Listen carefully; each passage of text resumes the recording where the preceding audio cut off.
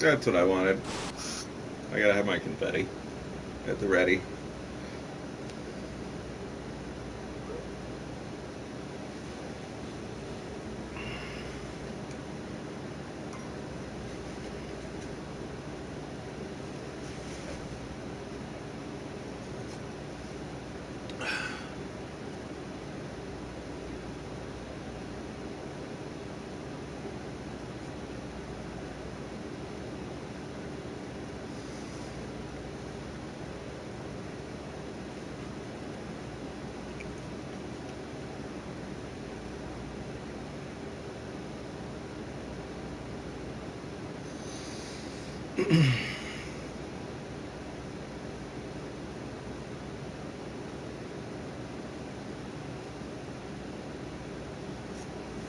I'm gonna freshen up my coffee.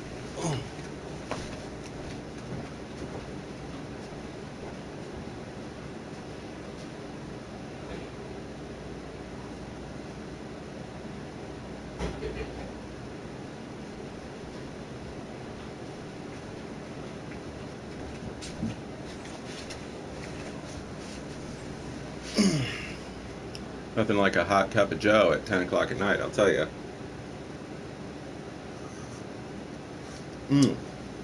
That is good, but it is hot.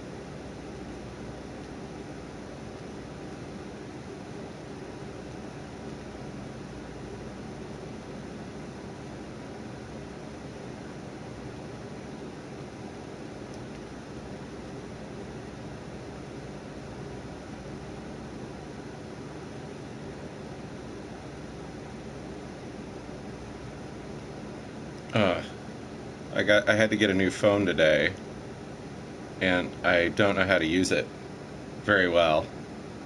And it's a big hassle. It's a big chore. I'm trying to send a text message, and I'm totally fumbling.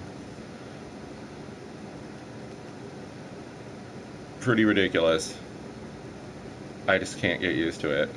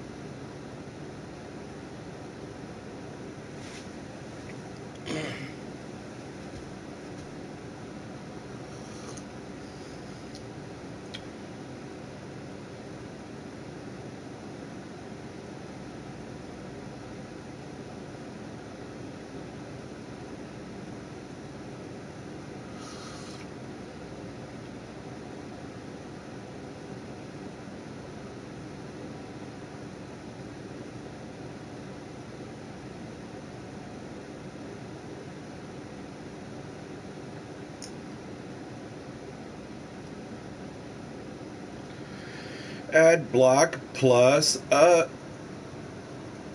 us you ad block plus user. Where is the other guy? I knew that was going to be the first question that I got. Where is the other guy?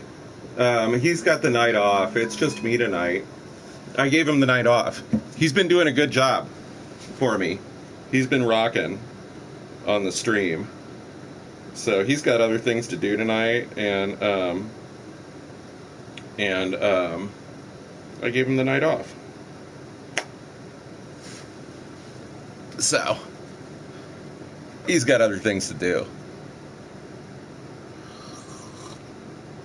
Yeah, we hang out a lot, but not every night. It is nice to. Well, actually, I don't still have a flip phone. I bought this today. I actually purchased this phone today. I'll show you why. My beloved brick phone died.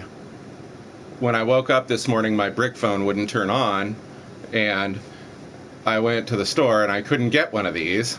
They didn't have one of these at the AT&T store. They didn't have a phone like this at Walmart. They didn't have them, so I had to get a freaking flip phone. So yeah, I don't still have a flip phone. I purchased that today. That's for real. Thanks for noticing. You can still buy flip phones, yeah. Yeah, well, I don't need a smartphone. I mean, I've got my tablet, I've got a laptop, I've got my PlayStation 4, and then I've got my phone. I mean, that's how I like to roll. That's all there is to it. I'm not a big fan of anything with touchscreen. I don't really like the tablet that much because I don't like touchscreen. Marcel, man, but I have a plan. I don't like pay as I go. I'm on a plan.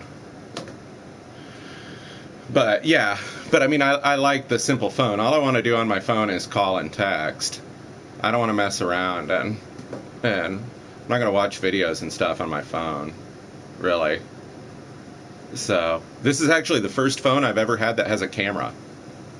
This phone has a camera on it, which is new to me. This is new. So here, I'm going to take a selfie here. Here we go. I'll get you guys in the picture too. Yeah, there we go. I don't think I've ever taken a picture with a phone for me.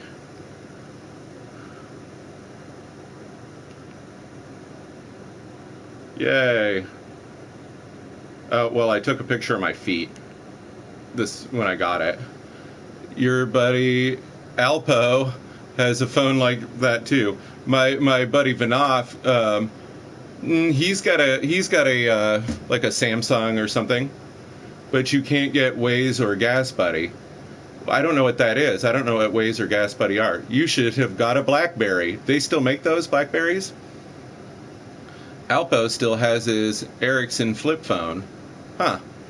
I don't know that. Does that phone have a rotary dial? Man, if I could get it that has it. I mean, it just about does. Boy, that screen is obnoxious. How are you tonight, David Venstra? How's things in your neck of the woods? That's what I want to know. How are things over there? I don't know either. I had a girlfriend that had a BlackBerry a long time ago, but phones have just never been my thing. Thanks for the cool, Dave. I'm glad everything's cool, man.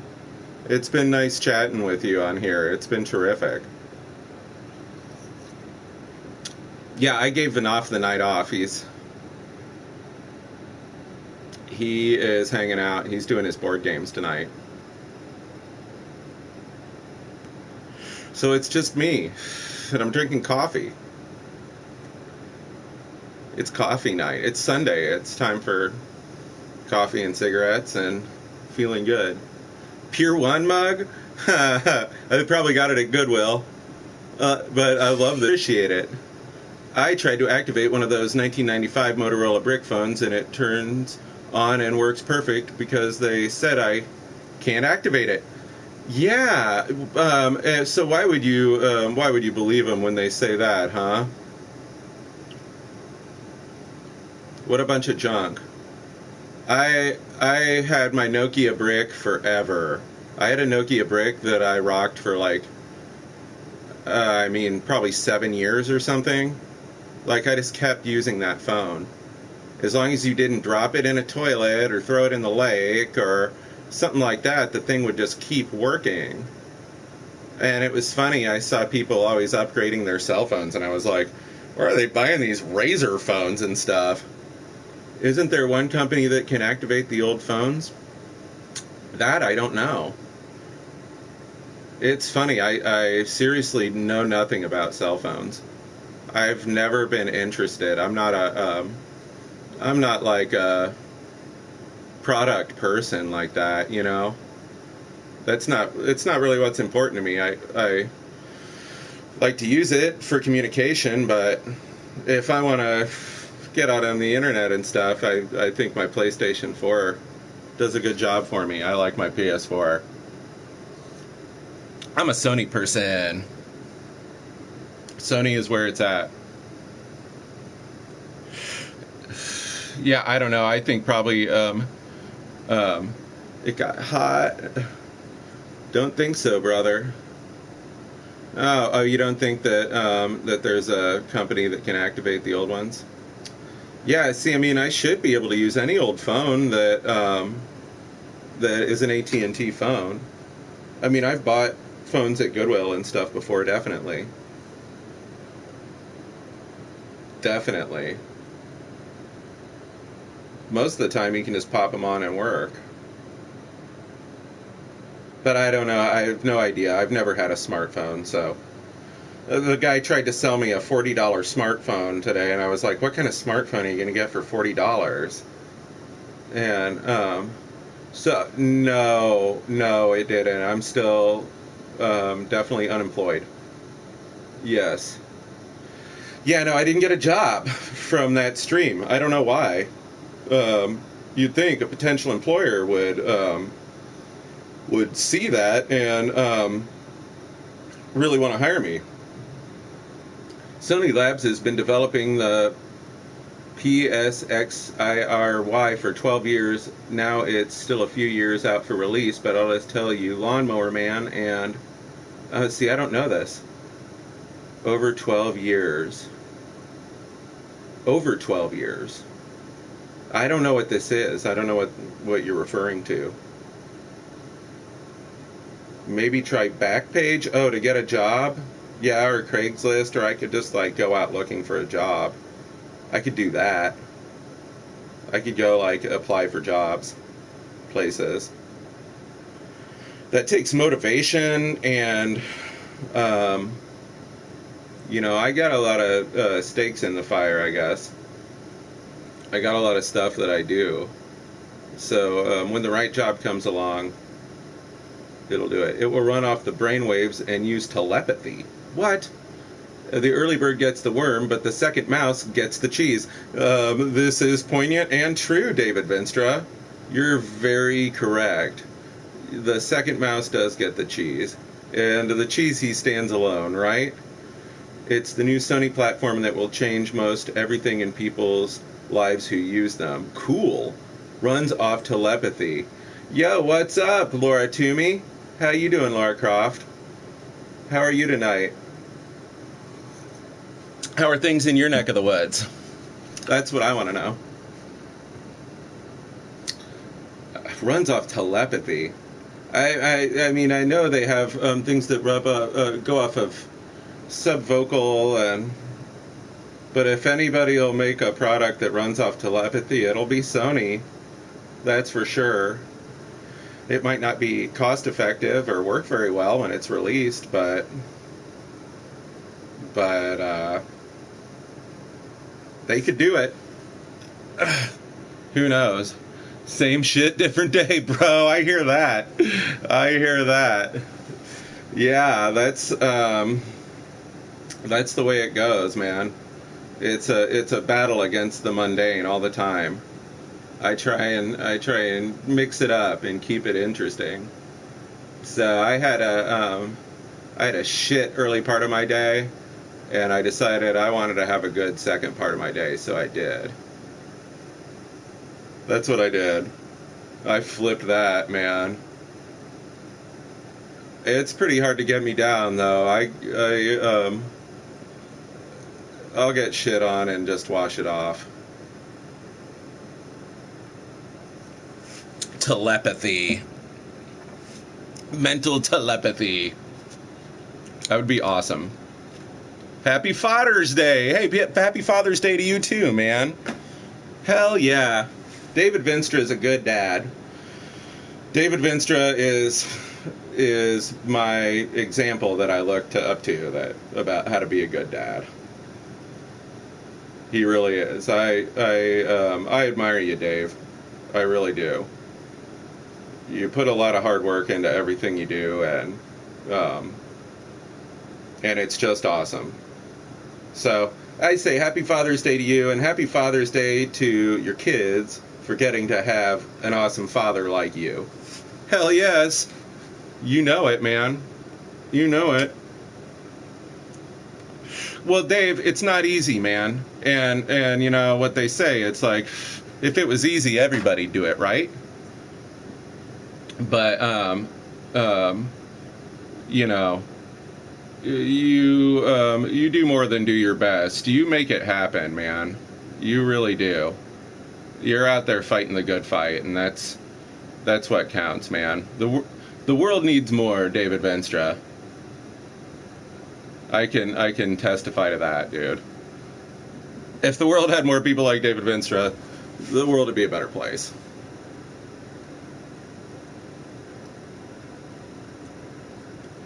So yeah, happy Father's Day to you, and happy Father's Day to your family for getting to have you around, man.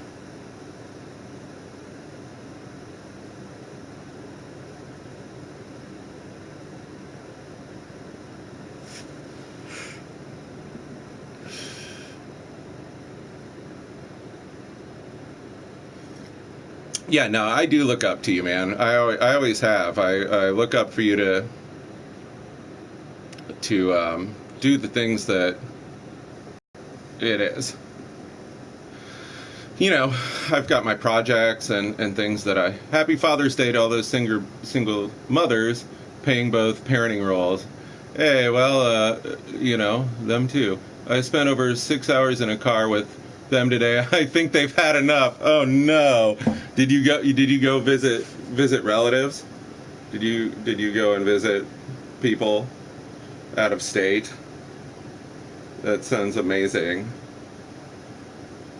That sounds amazing. I love being in a car in the Midwest for 6 hours to begin with, especially when it's like 96 degrees outside.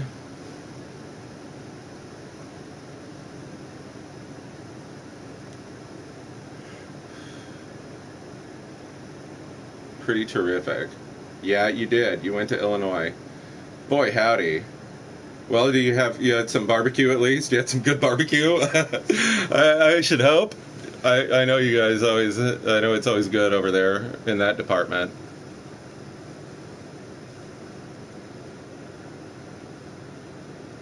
'96, it's still 108. 108. Oh my gosh. Oh man, you're out west, aren't you? Are you in California? Tribe Called Cookies 6.com. You're an out west person, right? Am I correct? 4 generations altogether, no smoked meat this visit. Huh. Crazy. I had smoked meat today and I didn't even go anywhere. 102. Marcel, man. Where are you, Marcel, man, that it's 102 degrees? 116. Jeez. Oh, that's right. You're in Vegas. That's right. Holy shit, man. Holy shit. I knew you were out west. Vegas, though, man. I've actually never been to Nevada, which is odd. I've been all over the United States. ACs have been running nonstop all day. I'm gonna $550 power bill. North Korea. Well, that would be sweltering. It would be hot in North Korea right now, wouldn't it? That's a hot ass place.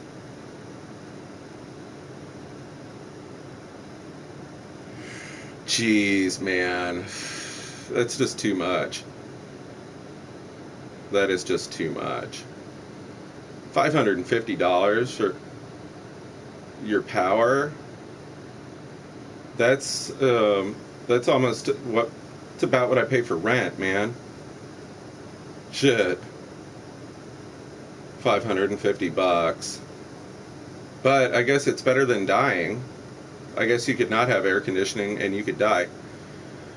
Black Dog Smoking Ale in Champaign, Illinois. Awesome! Slam dunk for Black Dog Smoking Ale, Champaign, Illinois. Hell yeah. Yeah, that's the place, huh? 425, 550 during hot peak months of summer. Huh. Gosh. Phew. I mean, all my bills couldn't add up to that. I couldn't have all my bills. Dude, the one thing I have to say about Indiana is it's really easy to live really cheaply in Indiana. There's that. That's what keeps people in places like Indiana. It's like, it's incentive. If I moved somewhere else, it would be more expensive. Hey, Jeff Penderton. Hey, from Texas. How's it going down there, man? I love Texas. The great state of Texas. I was in Texas last year. I love it. $125 tops here. Yep. Yeah. Yeah, for your electric bill. Jeff Pemberton from Texas.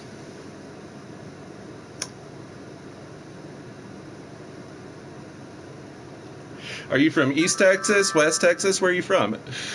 In Texas. That's what I want to know. Oh, I can't go play video games. I'm streaming.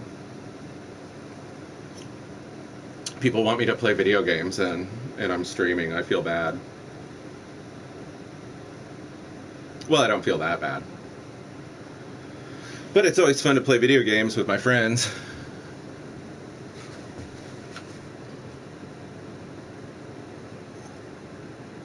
He wanted me to play Killing Floor 2. Yeah, about $125. I mean, $125 would be like a pretty big electric bill for me. I would say my electric bill on average is, $40 to $60. But I'm pretty conservative with my power. I just have a window unit air conditioner and a box fan, and I don't need too much. This place stays pretty cool. I'm obviously not dying. I'm not gonna... I spent the night in Arizona one time last year and hung out all night and drank a bunch of beer with these people and passed out in their house. I was in Phoenix and their air conditioner broke in the middle of the night, and I woke up and I was all dehydrated from having beer and in a sweat box. That was something else. So yeah, man, it gets hot out west. Indiana is... Oh, the laundry is all electric. Oh, that's right. And you have central air, don't you? Yeah, I don't have central air. Yeah, $40 to $60. And I have gas, and in the winter the gas goes up, and I can have pretty pricey gas bills. I could have like a potential, $200-$300 gas bill in January or February or something like that. But I managed to do pretty good and keep the heat in this year and not get totally killed. But then in the summer, I mean, my gas bill this month will probably be $15 or something. My biggest problem with my gas in the warm months is that I forget to pay it because it's a very small amount of money. Yeah, you can live cheap here. You can live cheap in Indiana. I see people struggling here, and I'm like, how are you doing that? This is the cheapest place to get set up and live, and you can do it for nothing. It's no sweat. It's just Indiana. There's nothing here, I mean, what's to stop you? You could just buy some piece of land and build yourself a log cabin, and everybody'd leave you alone, Could almost still homestead and stuff here. They want you to keep living here because then you keep paying taxes, and, there's incentive. Are you around Gary? I was born around Gary. I was born in that area. My family's from Gary, but no, I'm in the southern part of the state. I'm down in the forest.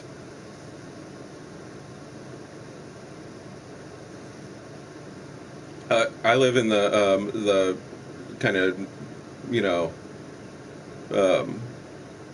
more wooded, like nicer part of Indiana, in my opinion. When you get down south, it's the Hoosier National Forest, and there's lots of nice streams and rivers and wildlife and everything. Yeah, that's where my family is from. Guam.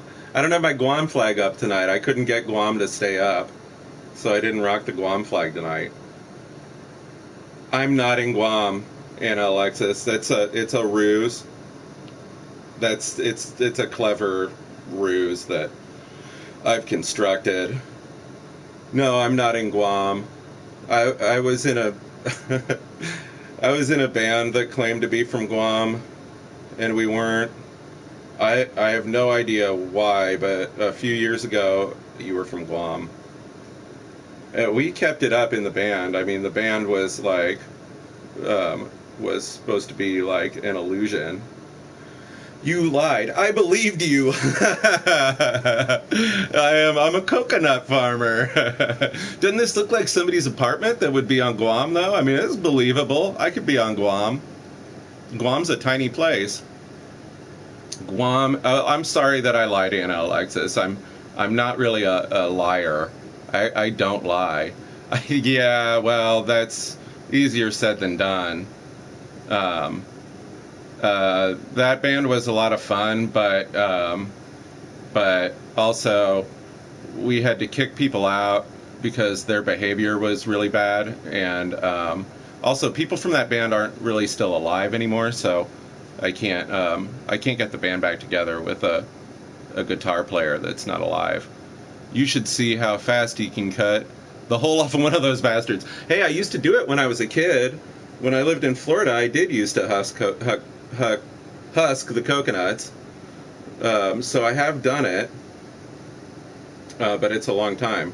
Because they just dropped from the trees, and me and my brother would go out and pick them up, and we love them. The guitar player passed away. He's unfortunately deceased. So, it's I wouldn't feel gullible.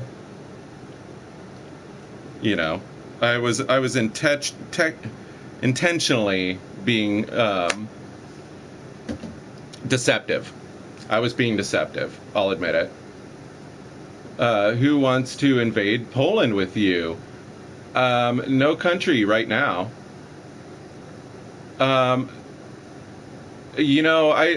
really actually don't feel comfortable discussing how he died, and it's sad. I mean, it's always sad when anybody dies. It's sad when a young person dies. So I'd rather not discuss it. That it's really not important how he died. The important thing is that he was a great person, and no, it was not an overdose. It was not an overdose. That is factually incorrect. It was not an overdose.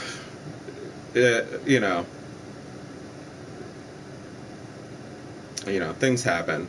The guy was my best friend since I was 13 years old, so. And we were the same age, Yes, he did. And also it's actually it is sad, and it's also sad because I believe that he had a concussion at the time, so he didn't know what he was doing. He wasn't really aware of what he was doing. So it was an accident. He died of an accident, which is awful. It was probably avoidable. Yep. Accidents happen. People come and go. Life is fragile. But, I love the dude, man. He was a great guy and a great guitar player, and he'll be forever in my memory. I love him. God bless him.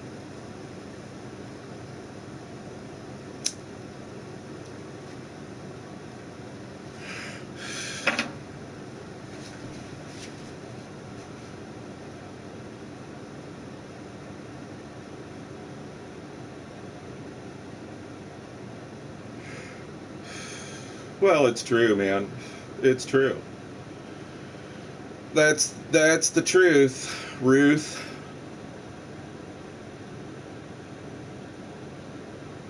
I'm bummed. I'm bummed I brought it up. I don't want to get on bummer topics. I try and do a positive show, and but I guess even on a bummer topic like that, there's always positivity to be gained from it. Life goes on, and yeah, people come and go, but you can't let that stop you from being you, and you're going to continue, you know, until you don't, and then you won't. So that's it. So yeah, I usually like to talk about, you know, video games and how everybody is, and I knew a kid in school that ate paste. You sure did, man. You sure did. I'm sure you knew a few. See, that's not sad. That's awesome. That's awesome. I love you too, Dave. You're the best. Dave is awesome. I love you, Dave. What a good guy, man. Oh, let's see what my flip phone has to say for me. Okay. Cool. Hey! I just got a text message with chord structures I have to learn, so that's great. That's awesome. I'm glad I at least have the chord structure. That way I don't go to the show and totally not know how to play the song. So I'm gonna play a couple songs probably pretty poorly at the next show, but I'm gonna try not to do too bad. I'm just gonna try not to suck too bad. That's all I can do. But I don't know. We just don't practice enough. We gotta get a little more cohesive, a little tighter. So yeah, on the upside, I'm in a band again. It's just not a band that claims to be from Guam and does all that shit. Hey, that's what I love about this. The light's so poor in here that it still looks like that I have okay teeth. That's great. Let's go play some E.T. Best game of all time. Dance around a little. Jazz hands. Spirit fingers. E.T. the best video game of all time. Gosh. Well, pretty much anything on the Atari 2600. Don't get me started, man. When I was a kid and it was that Atari 2600, I was so bummed, dude. I thought video games sucked. I thought, video games in the arcade are good. Why does this suck? Why can't they port it? Like, why can't they make it look good? I didn't have a concept that video game machine in the arcade at the time was like, you know, a $5,000 piece of equipment, and the Atari was a $125 piece of plastic, you know. I find jazz hands intimidating. Jazz hands! It's when the jazz hands stop that you have to worry.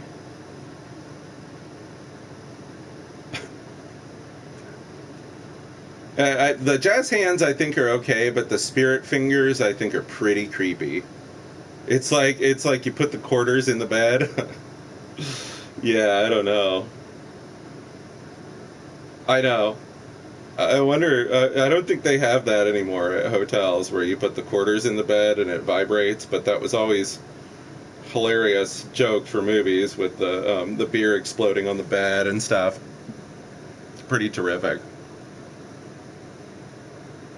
Hey, I'm going to freshen up my coffee.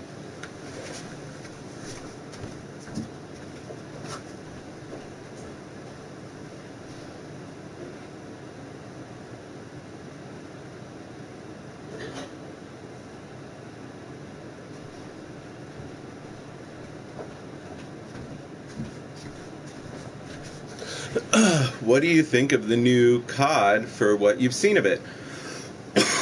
I think the new COD looks good. The World War II COD.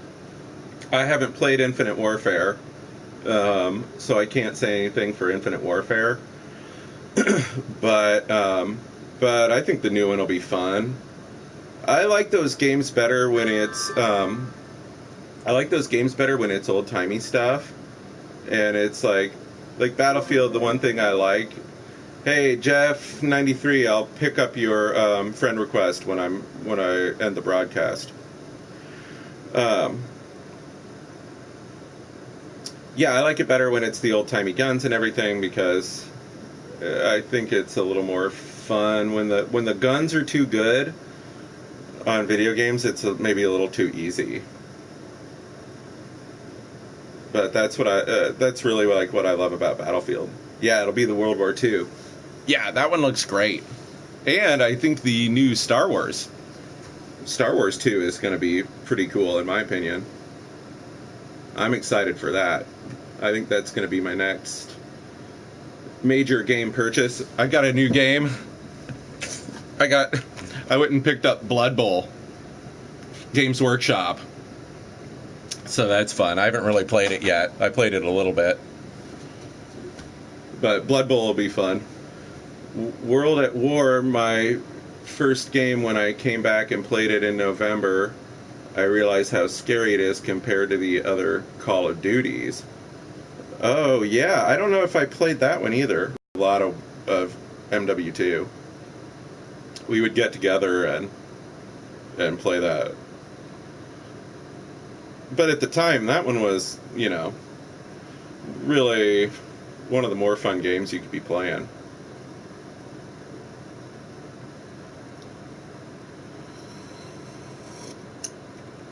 I loved MW2. Yeah, I like it. I like the thematics from the 20th century thematics a little more, one game that a lot of people really like that I really wasn't really into was Destiny. I didn't really care for Destiny, but then some futuristic stuff I do like. Obviously, I love to play Borderlands. So it all depends. I think a good game's a good game. The thematics and whatever aside, if the game's fun to play, I mean, E.T. Think of make a game for E.T. That's a great idea, yeah. But then, is the game really going to be fun? Have they ever made like an Indiana Jones video game that's any fun? Has that happened? Like, I guess there's that new Spider-Man game. I don't really, I'm like, I don't need to play a Spider-Man game. I don't think. But we'll see. If I see people playing it and it looks like fun, maybe I'll give it a shot. You never know. You never know what's going to make a good game.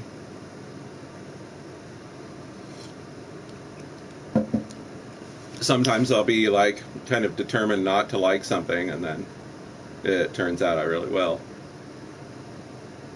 I was skeptical about, like Skyrim and Fallout, and then I ended up really enjoying Skyrim and Fallout. But I'm weird. Skyrim's the only Elder Scrolls game I ever really played, and Fallout 4 is the only Fallout game I ever really played. I didn't really... The older ones I didn't get into while they were current. Have you seen The Man in the High Castle or read the book? No, I have not.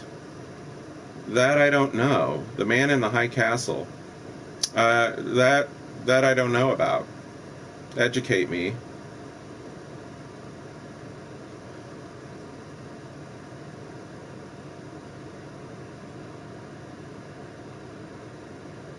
I don't know that one.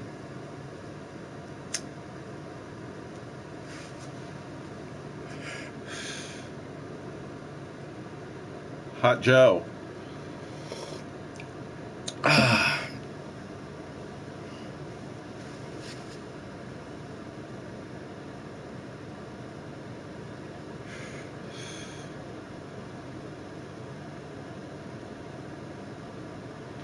The Man in the High Castle.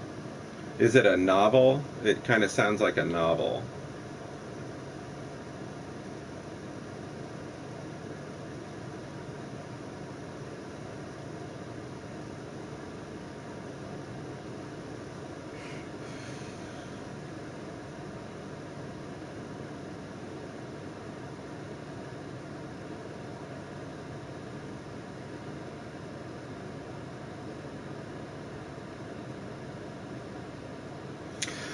Yeah, so yeah, with Guam, I realize I'm being.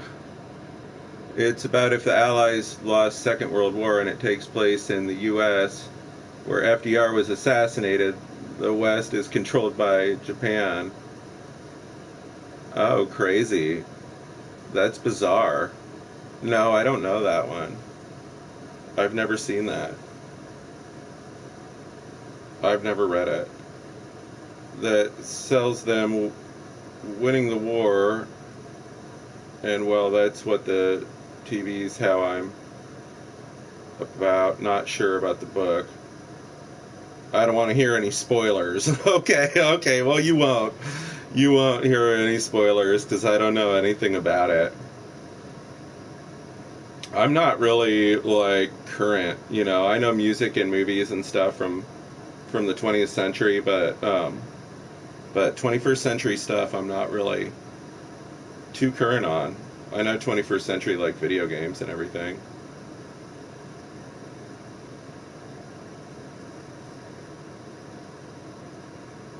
But I don't know current stuff. I don't watch.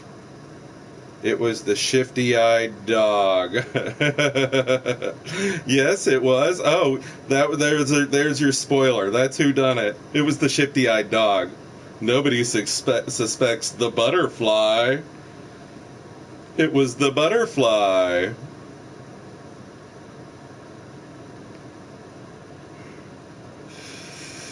That's who done it. If you want a good novel book, I recommend Matterhorn, a novel, the Vietnam War. I've read All Quiet on the Western Front. I read All Quiet on the Western Front probably when I was in high school.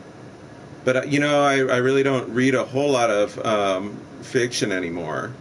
When I read, it's usually informatic and stuff like that. I don't really have I don't know. I don't have a mind for fiction. It doesn't like engross me like um, with a movie you've got the visuals and of course I like the classics.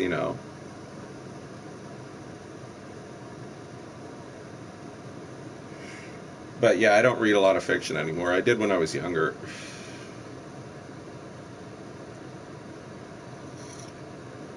I don't know what it is.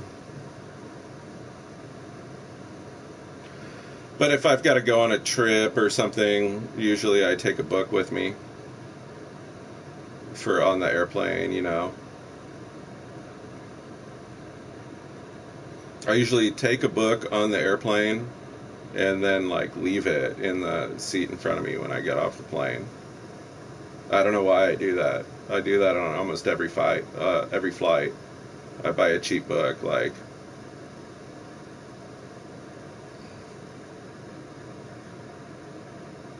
I usually read repair manuals, news, and this damn court summons. Oh man. Ah, jeez. That's crummy reading. Oh, legal reading's the worst.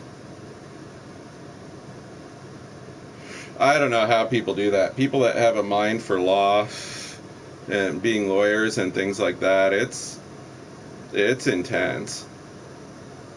Doing if you've ever done research at a law library, it's not fun. I remember doing it for school and it was just confusing. I'm surprised no one made a movie on BioShock yet. I heard they were going to make one, but it didn't come to be since BioShock is the closest. They are, however, I feel like making a Borderlands movie. That's what I heard. That there's a Borderlands movie in the works. What I'm excited to see is this one that's going to come out this summer with Charlize Theron kicking a bunch of ass. I forget what that's called, but I saw the preview for it when I went to see the Alien movie.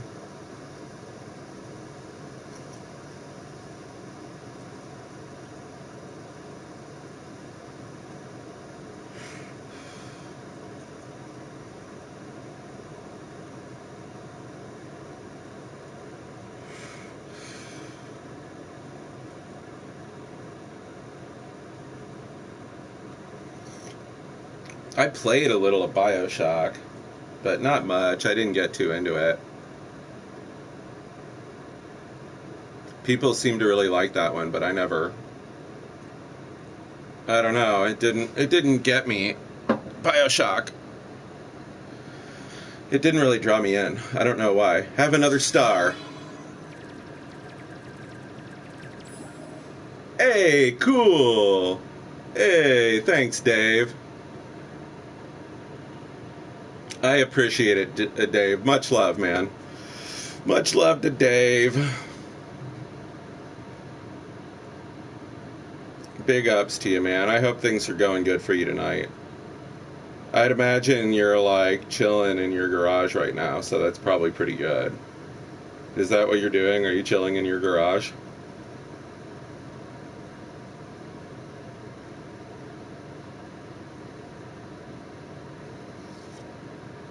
Oh, I'll take all the stars. It's like Mario Brothers, man. I'll take all the stars I could get. A man chooses, slave obeys. Well, I guess that would be true, huh? Cool, man. I'm glad you're out there. It's a nice night out there. I sat out on my porch until it got dark, and I really enjoyed it. It got nice and cool this evening.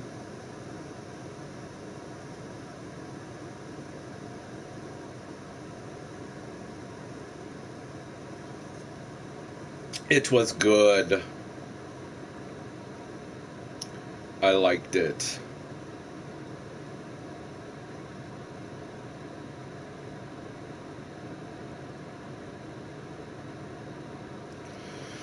Well, both the slave and the man are both people, I guess I would say. Yeah, it rocked, man. It rocked. Well, you deserve it. If you drove to Illinois today, man, you deserve to be chilling out and relaxing now, because I can't imagine. I can't imagine. Oh my gosh.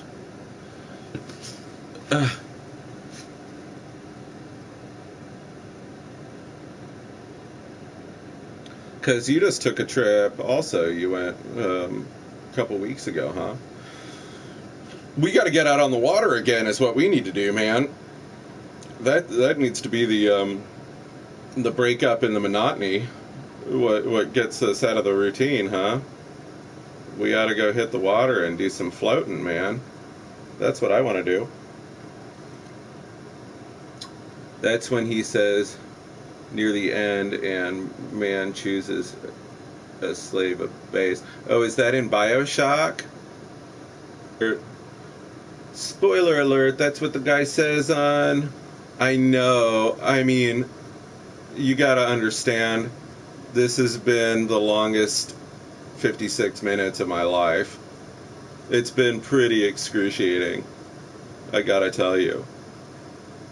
I'm traumatized by the whole thing. I don't know if I can handle it. I don't know if I can keep up producing this garbage content. I don't know how long I can do this. We'll see. Only time will tell.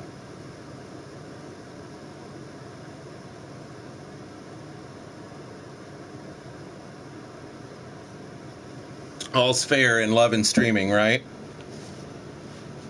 I don't know. It's just a game. This is just another sort of game to me. It's just another form of... What I'm typing is pointless. Don't read it. Now who's tricking who, man? Now who's gullible? Now who's gullible? You know that I will read pretty much anything that comes up on this feed. I might not read it correctly, but I will read it. I said don't. I know. One thing about me is I don't read phonetically, I sight read, so a lot of times, like, I get people's names wrong, or I just fuck up all over the place, man. Gotcha! Now that's an awesome movie, Gotcha. You remember that one? That movie was hilarious. I said don't do it. Don't do it. You got me. Again, Dave is sneaky, tricky guy. This guy is a tricky guy here. He'll get you. You got to watch out for Dave. If Dave was a snake, he'd have jumped up and bit me. Gotcha. Oh, I could just do the stream without my glasses on. That'd be terrific. Then I'd have to get up here. Then if I wanted to read the comments, I'd have to be like right here. I could have my face like right in the camera and kind of close one eye and then kind of see the comments. I guess I got to get up pretty close to do that though. That's too gnarly.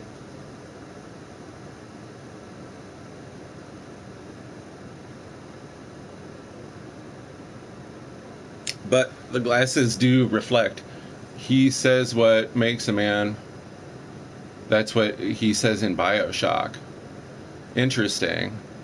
I just don't entirely like remember BioShock.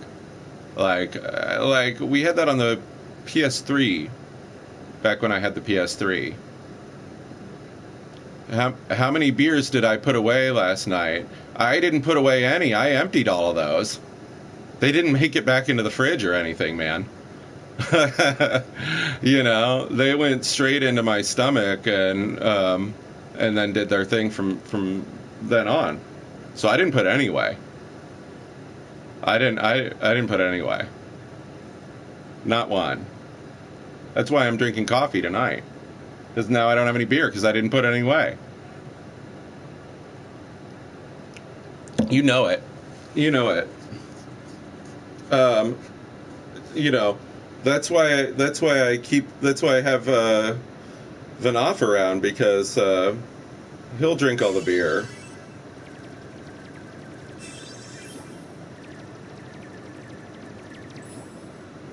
Cool and cute. Nice, cool and cute. Thanks, Dave. I'm glad that was nice, cool and cute. Isn't that true? Isn't that cute? I'm going to go grab a freshen up on my Joe. I'll be right back.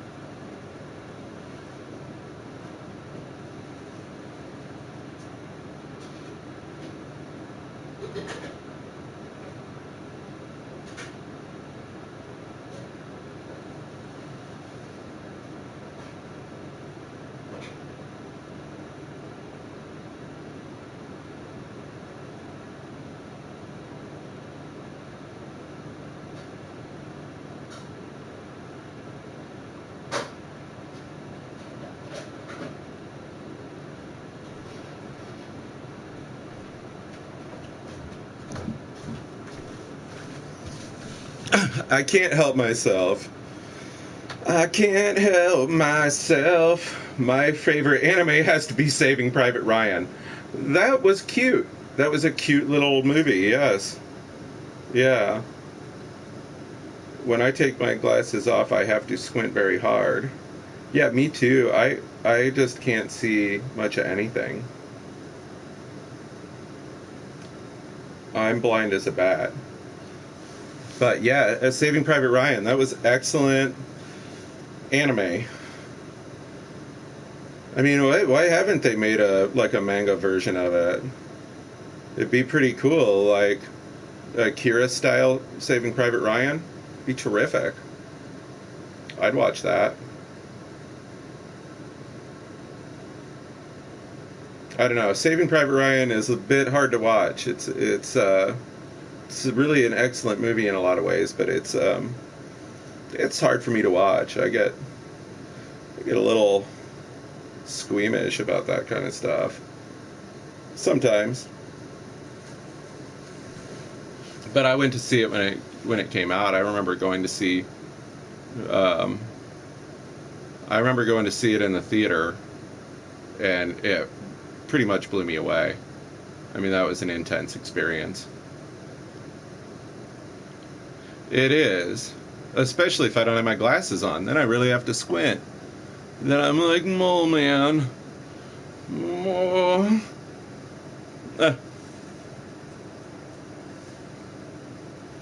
I remember one time I went surfing. I was young. I went surfing, and because I was surfing, I didn't take my glasses. I left my glasses in the van so I wouldn't lose them. And then we went to see a movie. We went to see Hook, and I sat there in the movie theater, and I was like, oh, great. This is a lot of fun. I can't see a damn thing. I did know that Sammy Davis Jr. only had one eye. The very informative Adam Sandler used that as a line in a song, and ever since that, I mean, who could forget it? You know. Pretty much most of my knowledge and most of what I've learned so far in 38 years of life comes from, you know, Adam Sandler records and movies. And turkey. Turkey? What's turkey? Why are you talking turkey, David Venstra? What you talking turkey about? I'm surprised that there's not a movie called Saving Private Ryan on the Great War, even though I was twice as sad as the Second World War. Well, it's always sad, man. It's always a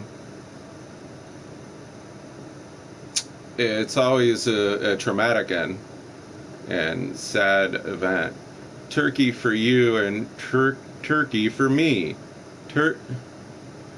Dave, you're twisting my tongue around, man. You know I'm fighting a lisp here. This is something else. Turkey for you and turkey for me. My gird, turkey. Typo. I getcha. I see how it is.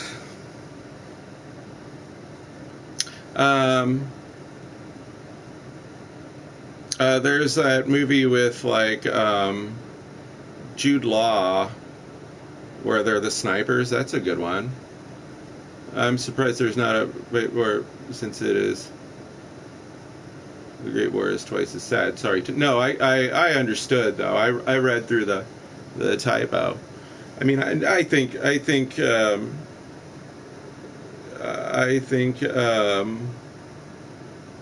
oh, the turkey song, the Adam Sandler song. Now I get it.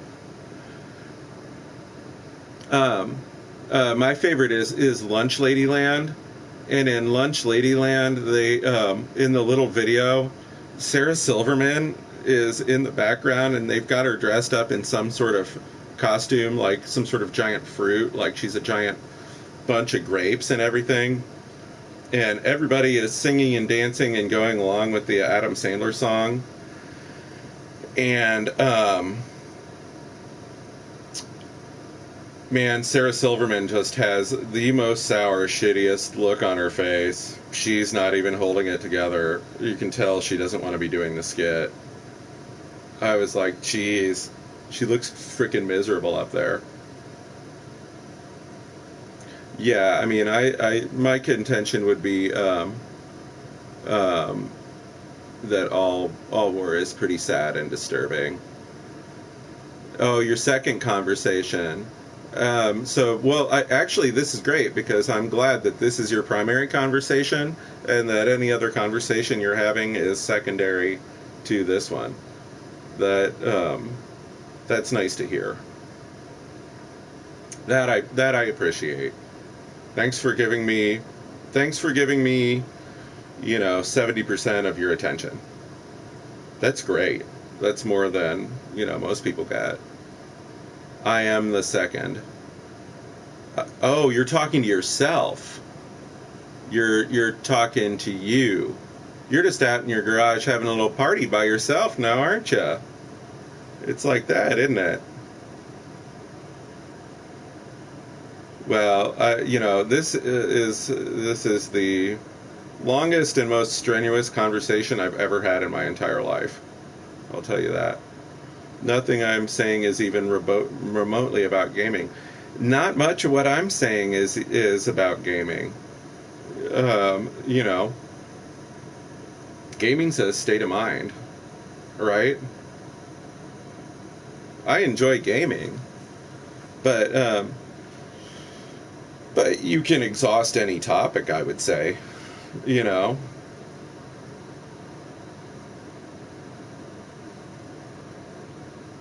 yeah, not much of what I'm saying is about gaming, even though, you know, um, this is a gaming platform, I would say, especially with, you know, using the PS4 and 4-bit for life, boy. 4-bit for life. 4-bit. When did they have 4-bit? Ah, Atari Jaguar for life. Woo-woo! Go Atari Jaguar. 4-bit. 4-bit. Welsh Rarebit. I'm going to go grab some coffee.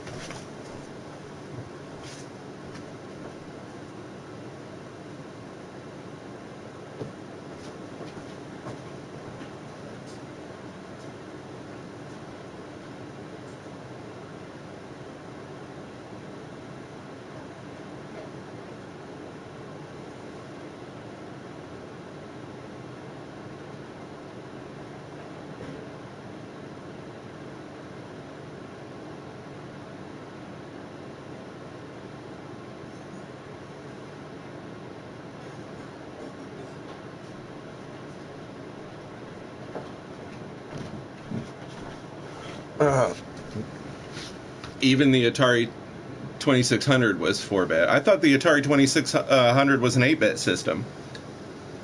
I thought it was just a very poorly executed 8-bit system.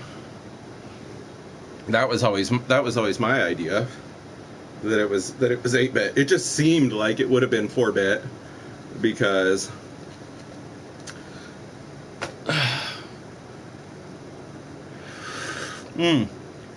my coffee pot popped out, and there's hot coffee all over my counter in there now. I totally screwed up. I really blew it on that one.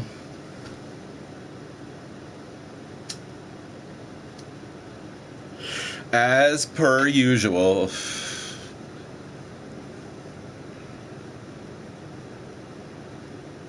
8-bit was the Commodore and the NES. Yes, definitely. Definitely. And I was lucky enough to have the Commodore 64. The Commodore 64 was really good for its time.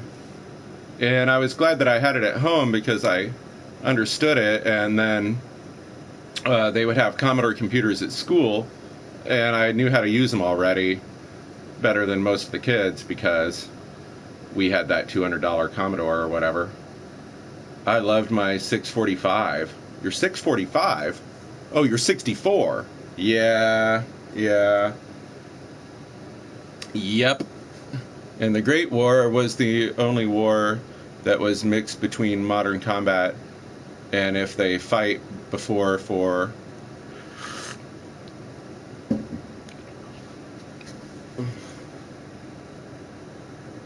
yeah, well, what's really interesting, actually, the most interesting thing about the Great War is the time period and what people were going through. You know, it's a lot like now. In the time period of the Great War, you had 19th century people that were getting used to 20th century technology and life and everything. Just like now, there's people like my age, you know, and I'm essentially a 20th century person that is now like adjusting to the new paradigm of the 21st century. So a lot of things like, you know, about style and everything seem a little odd because they seem antiquated. when people see my house and they say it's like the 70s, I mean, I remember going into people's houses when I was a little kid, and you would have thought you were back in the 30s or something like that, and they just had that was the way they lived. That was how they had their house. But being a kid in the 80s was probably more like, what being a kid in the 60s was like. It wasn't a lot different. You didn't have a lot different stuff. You had a Commodore 64 and stuff like that, but everybody that, if you were into computers in the 80s, you were a noob. It didn't matter who you were a noob. Computers just hadn't been around. They had computers in the 70s, but it was like you had to be serious to want to be messing around with them, It was going to be frustrating. So yeah, I mean, it's been great, really. It's been awesome stuff to see.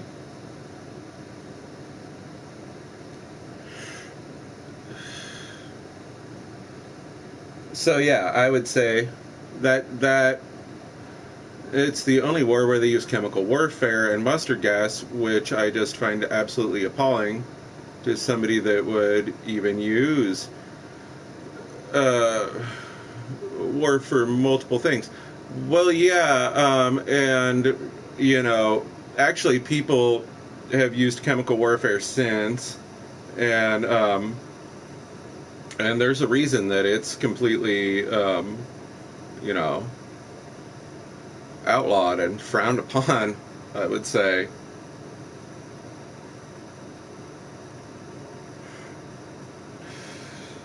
So yeah, people definitely have used it since, but it's awful. It's not a good thing. Anytime people poison or perforate or do anything like that to other people, I find it appalling. I think it's just awful. So hopefully in the 21st century, we'll see less of that. What I'd like to see, and what we can hope for, is that we learn from these mistakes of the 20th century, and don't let it repeat itself, because it was completely brutal. War is good for renewing your crumbling infrastructure. Well, I'll tell you. You kind of have to. I'll tell you. I've been to Germany, and Germany is a lot like, as far as the buildings and infrastructure and everything. It's a bit more like the U.S. than other places in Europe, and there's a reason for that, But you go to a place like Prague then, and Prague has been pretty well preserved. I mean, there's places in Prague that are going to look like a lot like what they looked like in the 16th century. So they never bombed. Prague never got bombed out, and it's a beautiful city because of it. So I guess there's two sides to every story, isn't there? Some of the stuff was amazing, like the Christmas truce of 1914, and some of those pictures with German soldiers trying to help out. Some of the stuff really was amazing. People are amazing. The fact that people can keep their humanity through things like that is totally amazing. People are survivors. People will live. That's one thing we got going for us. Human beings are just amazingly adaptable. We know what to do with our environment. We can actually investigate and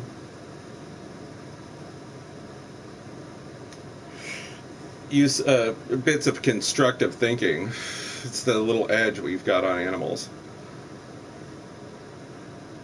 It's not much of an edge, but it's an edge.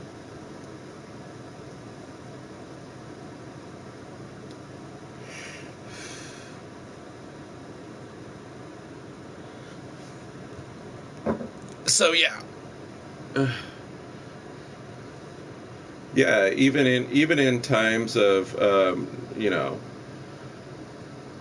dire hardship, there's going to be amazing people. There's going to be people that really pull it through.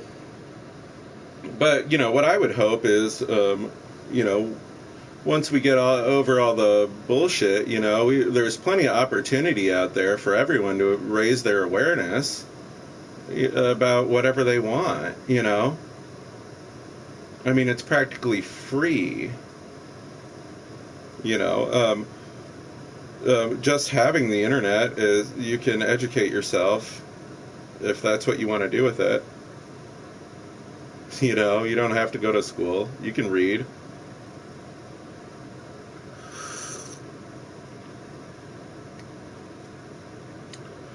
So yeah, the hope really is that the 21st century goes a little better and we don't make the same mistakes.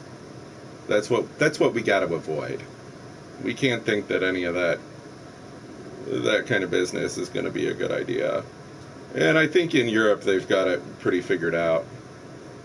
I don't see, you know, Europe, the European countries squabbling with each other or anything like that.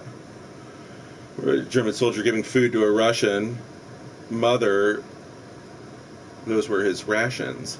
Even if the Germans and Russians despised each other back then. Information is free, but truth is hard to define. That is true, Dave. That is true. Um, that's funny that you say that way because yes, information is free, but truth is hard to find. But that's why, you know, you've got to scrutinize your sources, and, you know, it's people that just kind of believe everything that they read or see or hear in a YouTube video or something like that. So yes, there's kindness in the world, and you know, people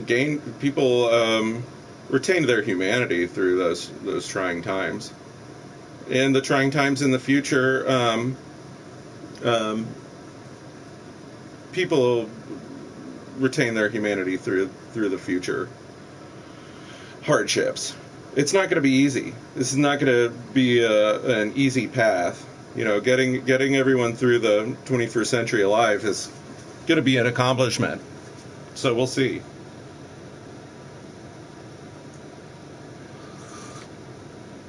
But human beings are capable of amazing achievements. You know, we put people in the moon. You know, you can broadcast from a little box on your coffee table. You know, when I was a kid, it was 4 television channels and analog TV, and we really did have a rotary dial phone, and, you know, yeah, we had a computer, but you can believe, you know, and again, another true statement from David Venstra. I'll agree with that. You can believe anything you hear in an Adam Sandler song because he doesn't bullshit, man. He doesn't just make stuff up and make it rhyme and make a song out of it. Come on. He doesn't just do it vaguely in the style of Bruce Springsteen. I also saw another one. Way two American soldiers were trying to cheer up a little girl that was shot. They gave her a puppy. Aw. What's cool also is there was Rin Tin Tin. And Rin Tin Tin was an actual war hero. Rin Tin Tin was in the movies, but Rin Tin Tin was actually a dog from the war and was brave. I feel like Rin Tin Tin actually had medals for heroism, assisting the soldiers. and then went on to be in movies and has a star on the Hollywood Walk of Fame. So yeah, people are amazing, animals are amazing, the world is amazing. The truth is out there. It's just like the X-Files. The truth is out there. I mean, you can believe what you want to believe, but believing something doesn't make it true, is what I'll say. That's what I'm willing to say is, is believing something doesn't make it true, and you can believe something and also know that it's not true, and that's okay. It's really okay. It doesn't matter. It doesn't mean you're crazy. It's fine. But it's you know, there's always two sides to all of it, and as human beings, it's objective reality and subjective reality, and those things combine to form the event, and then it's our job to process that event. And Bob Ross is our Lord and Savior. See, that's awesome. Like, if you want to feel that way, if you want to hurt anybody, I know for a fact that your imagination is out there. I mean, it's pretty incredible. That's incredible, America. Yeah, I mean, you're always thinking, man. You're always thinking and dreaming, and I've heard you come up with some pretty terrific ideas and plans in my time, man. But Todd Howard is the father of Bob Ross. Todd Howard is everyone's Lord and Savior, even Bob Ross's Lord and Savior. I'm not exactly sure who Todd Howard is. I'm drawing a blank on Todd Howard.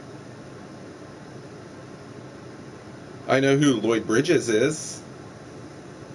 I know who Christopher Lee was.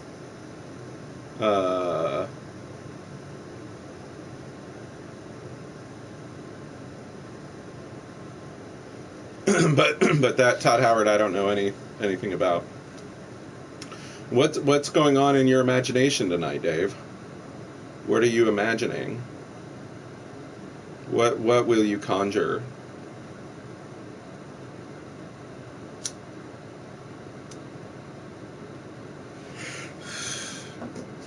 That's what I want to know.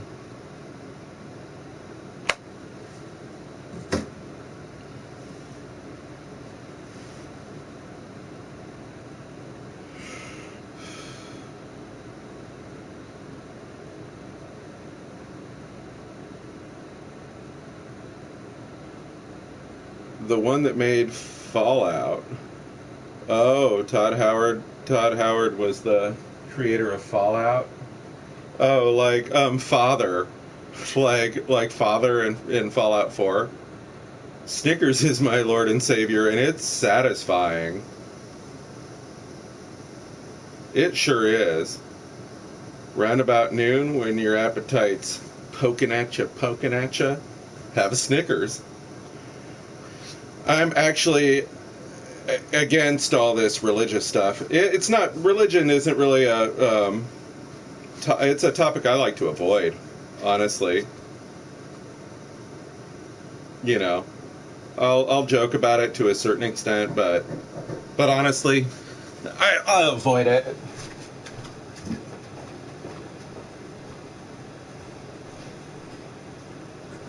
What's up, dude? How you doing? Tired. Hell yeah. Grab another burrito. Dude, go for it. Awesome. Yeah. Yeah, make yourself all the burrito you want. Yeah. You having fun? I'm having fun. Cool. Yeah. I'm just chilling out, doing my thing, man. I love it. Having my coffee, talking to Dave. Oh, yeah? Yeah. Yeah, Dave's on. Hi, Dave. Steve-O says hi, Dave.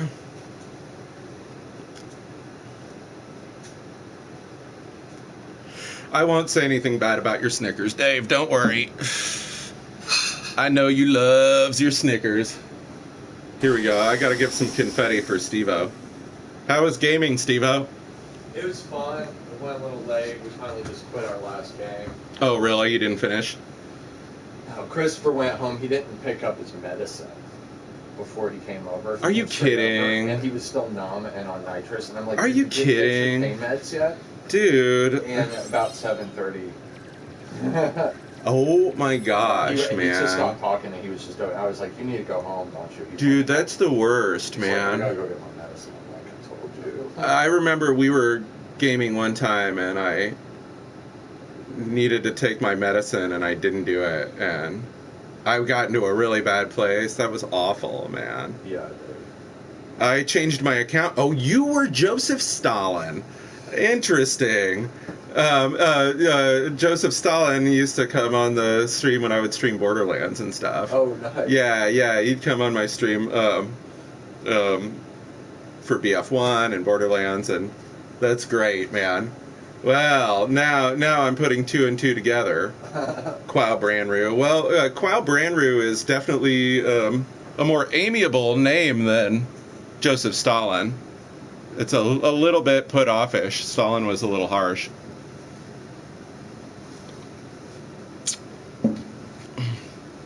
Interesting. So you're Joseph Stalin.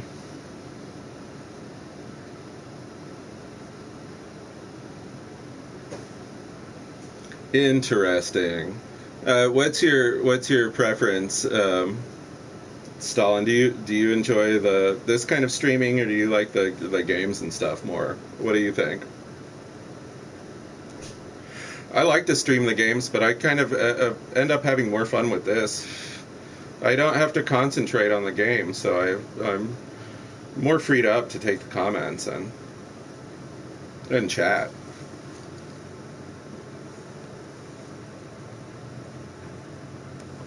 It's for fun. I'm probably going to change it again, either to my PlayStation account. What, my old Twitter account? You're going to change it again? You're going to change your name again? Are you going to change your name back to Joseph Stalin? You going old school?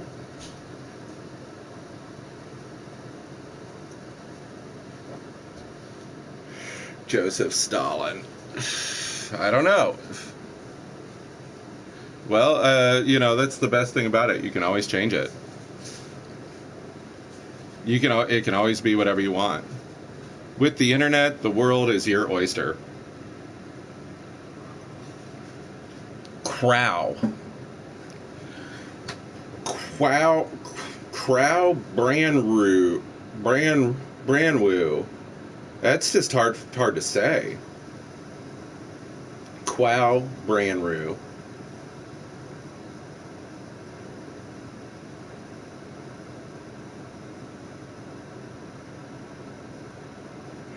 It's an original and creative name. Yeah, you're going to play VGs? What are you going to play, Dave? What are you playing? Either my old Twitter account, Lusitania44, on my new one, Operation Overlord. Apropos. Wow, man, this got all crazy.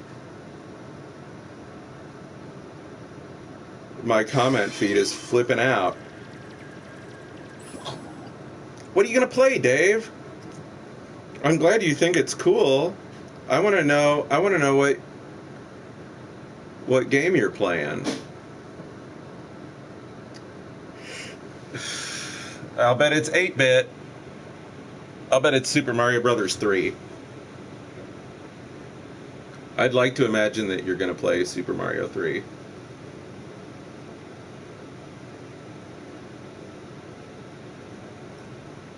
Fate? Yeah? I don't know that game. Do you have that on your PC? It's a new PlayStation 4 game. Fate? No, that's Fury, never mind. Nah, no Super Mario 3 for Dave.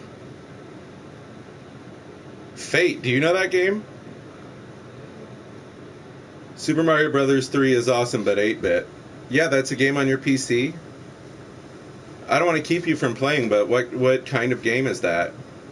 I'm probably gonna switch my YouTube account to Operation Overlord, maybe Joseph Stalin. I don't know. I feel like I subscribed to your YouTube.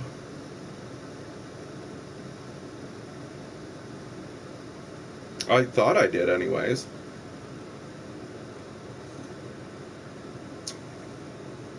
I have a hard time keeping track. It's like The devices keep track of everything for you. You know? It's like having all the phone numbers in your phone. I used to know all sorts of phone numbers, but now I really hardly don't know any. It's hard for me to conjure up a phone number because I don't have to remember them anymore. Oh, Fate's like Diablo 2. It's like Steve-O, he says it's like Diablo 2 Lite. Oh, nice. Yeah. That's fun. We were just talking about picking up and playing Diablo again. Cuz that's fun. Diablo's fun. I'm gonna buy it again when I can afford it. Yeah, you are? Yeah. If you get it, I'll get it. Cool. Yeah, I mean, you know, it's more fun that way. Mm-hmm. If You played with friends. yeah, it's way more fun that way. The only reason I stopped playing is because we had other games that we wanted to play more. Yeah. Because I didn't like it. Yeah, we had Modern Warfare 2 and stuff like that to play. Exactly. And you guys got into Destiny. You were playing Destiny a bunch. But I mean, I get bored if I'm playing games by myself now. I get pretty bored. I'm kind of like I almost need other people to be playing for like motivation. Well, yeah. You know, Yeah. For me, like sitting down and going through a game would be tough. But I think it's like Skyrim and stuff. How many hours did I spend playing Skyrim? Played Or the game a lot. I played the hell out of that game. Played this, Well, I did post 2 videos on BF1, but delete them. I shot someone as a medic on one of the maps far away, and one of them was, you just pick stuff up by running over it, and you get a pet to take items to town for you. The rest is a lot like Diablo 2. Sounds pretty good. nice. Up classes. Go back home and eat. High five, dude. Hey, high five. Have a good one, man. Yeah, you too. Yeah, good night. Thanks for bringing me that burrito. That was awesome. Oh, dude, I knew you needed it, man. I didn't want to... I did. It was just what I needed. I didn't want to leave you hanging there, you know? No, I appreciate it. Very kind of you. Hey, see you, Dave. Have a good night, man.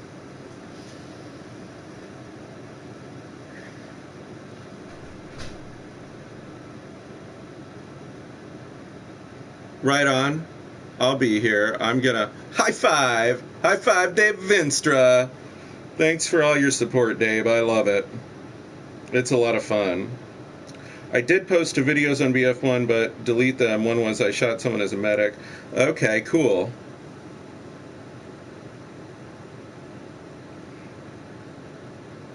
Yeah, that's cool. Yeah, I thought I subscribed to your YouTube, but I'm not really sure. Okay, I see how this works. I've rarely had to look through these comments and go back and read them.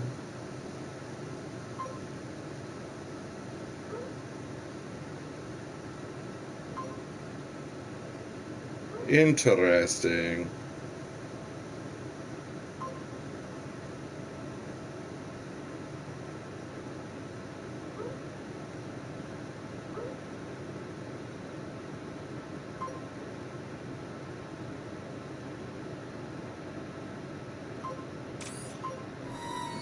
Look at this.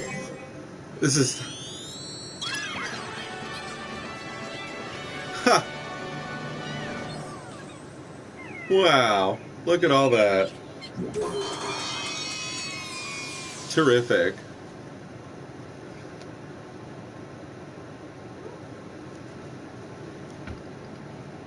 I appreciate it for sure.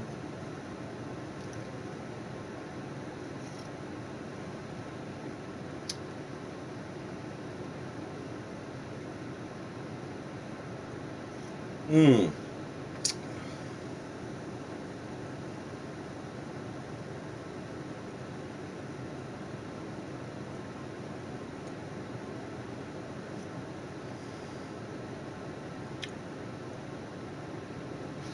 Gonna freshen up my coffee.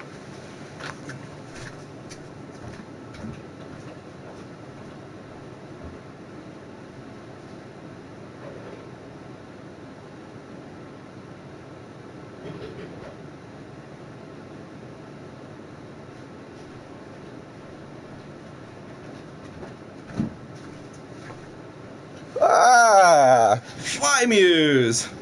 How you doing, buddy? Good to hear from you tonight. Dude, to chat with Fly Muse. It's just me tonight. No other guy. Other guy has night off, which is good. I don't have to pay him. That's real cool because I pay him to be my guest host. I really like having him here. I'm cool with doing the stream by myself, but I like having my friend here just so I have someone to talk to and stuff. How's she going? As steady as she goes, sure. She's going good, man. Everything's good tonight. Let me go grab my coffee. I'm going to freshen up.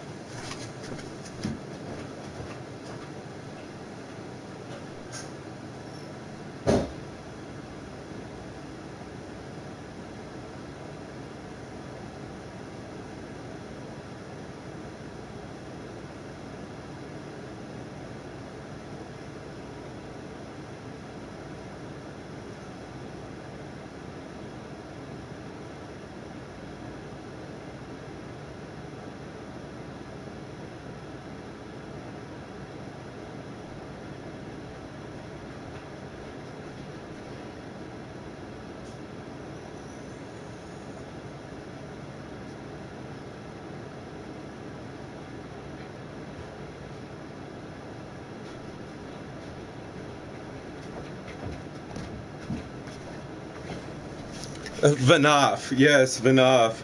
I gave Vanoff the night off. How are you tonight, Fly Muse? How are things in your neck of the woods? That's what I want to know. That's what I'm interested in.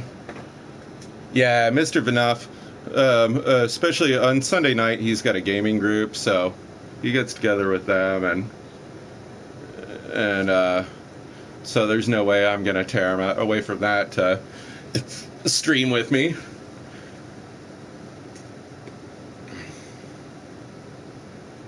You know, it's not for everybody, this streaming thing. But he's been a trooper about it. Doing pretty decent, man. Can't complain. Right on. Good to hear, man. It was a nice night tonight. I got nothing to complain about. I got no complaints. I've had a good day. Yeah, he is a solid guy, man. He's a really good guy. We've been friends for a lot of years, and it's important to have good friends like that, man. We stick together, and it really counts, man. I've made a lot of good friends in my life, and I can say, like, it's only been good for me as a person. You need other people. Nobody's an island, and you involve other people, and it's obviously going to get more complicated no matter what it is, but he is a solid dude, man. Thank you for saying so. Dude, I feel the same way about him.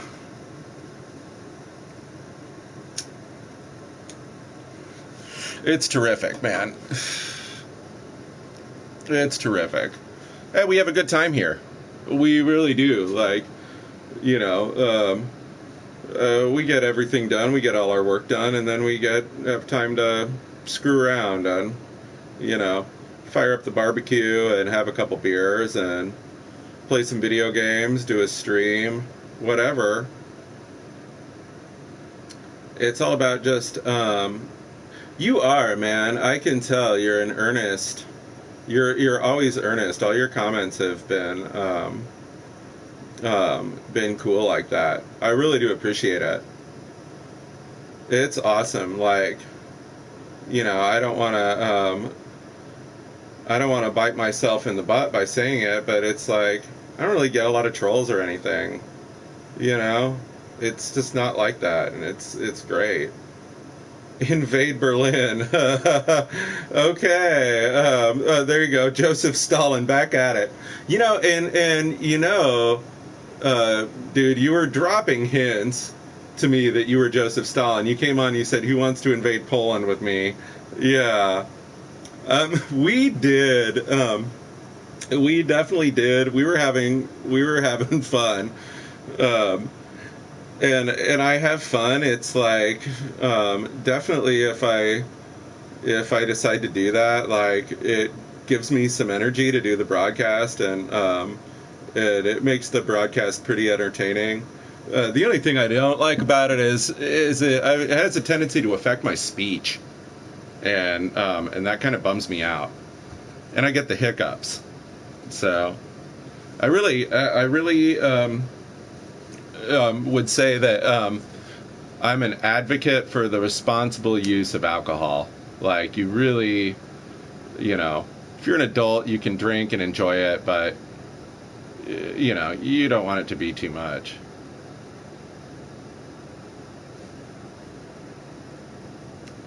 You got to keep it within reason. If you're drinking just to drink, that's a thing. Like, that's not good. So yeah, I had a good buzz. Did I get drunk? No, definitely not. I fell asleep after the broadcast, I'll tell you that. Yeah, you were dropping hints that you were Joseph Stalin. I should have picked up on that. I've always wished I was just a little smarter. You're old enough to be drafted if you're a man and kill someone, and old enough to vote, but you're not old enough to drink at age 18. Logic. Well, that's very true. And honestly, the last time we instated the draft, it was pretty big deal. People were not into it. I think we would be hard-pressed to instate the draft again. The shit would have to completely hit the fan for the draft to be a reality, I feel like. So I definitely agree with you. And hey, like, you can drive a car when you're 16, but then you can't drink till you're 21. Like, what the heck is that? Like, isn't that backwards? Shouldn't it be that you can drink when you're 16 and you can't drive a car until you're 21? Like, that would make more sense to me, personally. But that's just me. I understand that there are kids that live in rural areas that need to drive, but, like, a 16-year-old driving is probably just about as dangerous as a drunk person. I don't know. I'm sure there's lots of 16-year-olds out there that are fine drivers, but when you're out there driving around, there's, if you were a senior citizen, it'd be pretty terrifying to think that there's also 16-year-old people on the road with you. Especially nowadays with, like, how insanely distractible everybody is. It's just a more and more unsettling thought. But also, that's why I find this wave feminism dumb, because most of them say all men have privilege, even though we have the highest suicides rate, homeless rate. Well, here's what I can tell you is that, when I was younger, the drinking age was 18 in a lot of places. And in Florida, when I lived in Florida, it was 18, and you could also go to bars and stuff as a minor. When I was 14, 15 in Florida, you could get into a bar and they just put the little wristband on you that said you couldn't drink or whatever, but I mean, you could drink, You just didn't get caught or whatever by the bar people. That was the trick.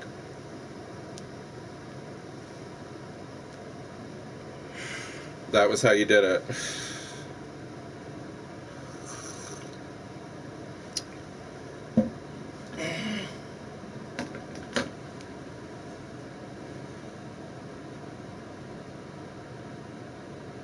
So yeah, but that was fun. I mean, that was a fun place to have those formative experiences, was Florida. And living by US 1, and there was always fun things to do there. It was a good place to be. as a teenager, I'd say. But yeah, down there it was different. It was definitely different, and still then, even when I was a teenager, you know, the thing to do is to go down to Mardi Gras because you could drink when you were 18 in Louisiana. Still, I think maybe you had to be 19 to drink in Louisiana. And in Canada, I believe the drinking age is 19. That's reasonable.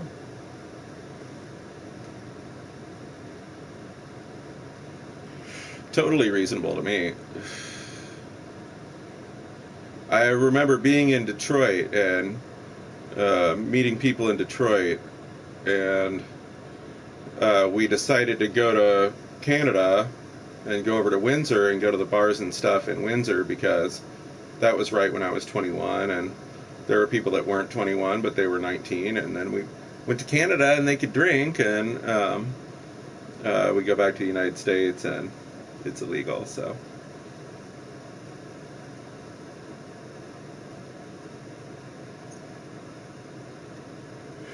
but you know, I live in a state too with a lot of blue laws, and like you couldn't buy alcohol right now in Indiana.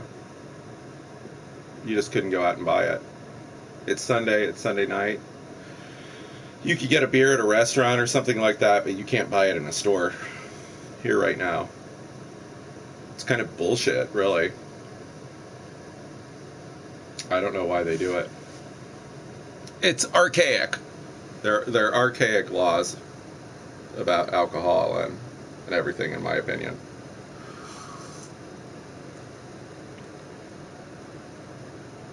Hey, what's up? Yeah, Indiana really sucks, no lie. Everything about Indiana sucks.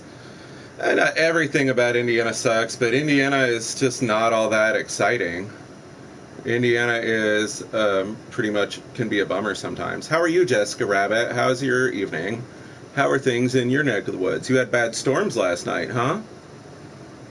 We barely get custody of our kids, and Wet Toad, that you're not a man. We're told that you're not a man if you don't attack your family or die for your country.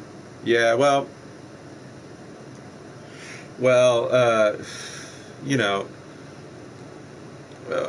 defendant's family into die my eyes, my country sees me as man replaceable. Yeah, that's what men are for. You know, that's, you know, everybody's got what they got to go through in life, you know. What matters most is how you walk through the fire. Meant to say defend. Oh, sure. Sure, I believe it.